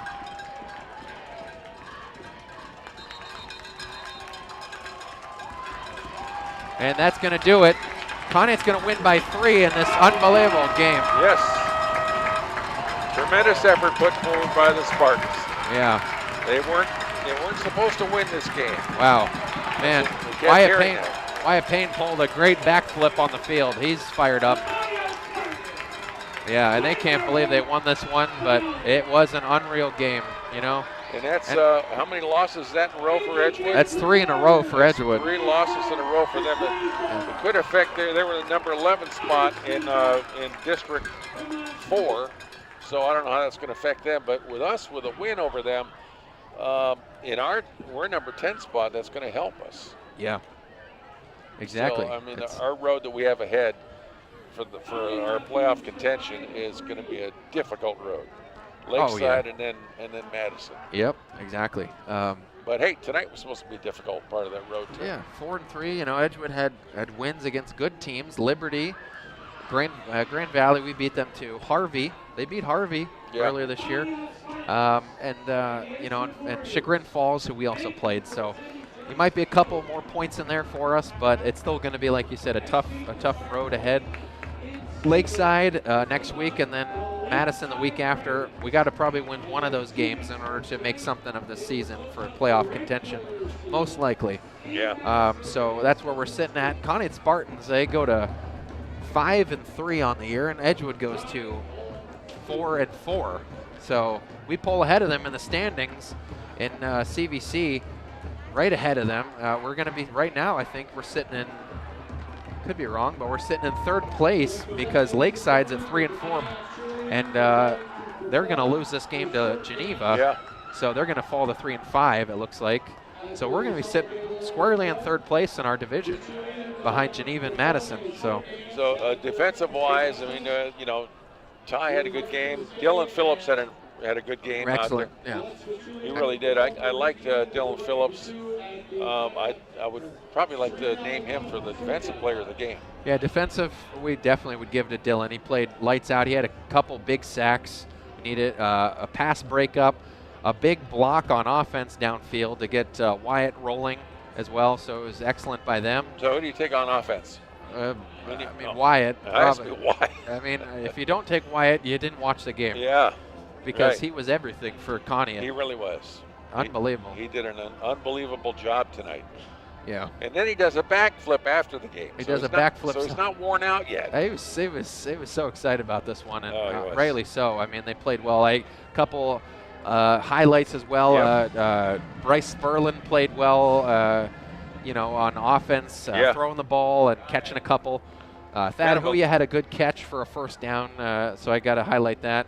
On offense, a lot of the guys on the line played well. Ryan Turner and Scotty Edwards and Dylan Phillip. And we had a lot of opportunities to do some big things, too, that would have helped us out a lot. But I think they did, too.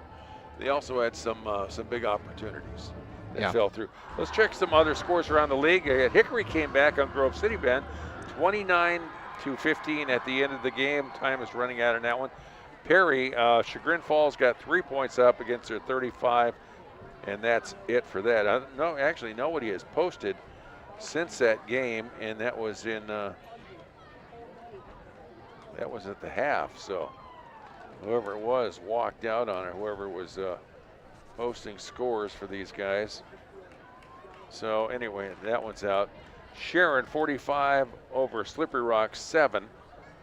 Also Madison 43-7. It's a final against Jefferson. Yep. It's a final here. Conneaut Spartans 27, Edgewood Warriors 24. Pymatimmy Valley 48 over Matthews. That's a final score. Also Geneva over Lakeside 49-6. Menor over Brunswick 41-0 tonight.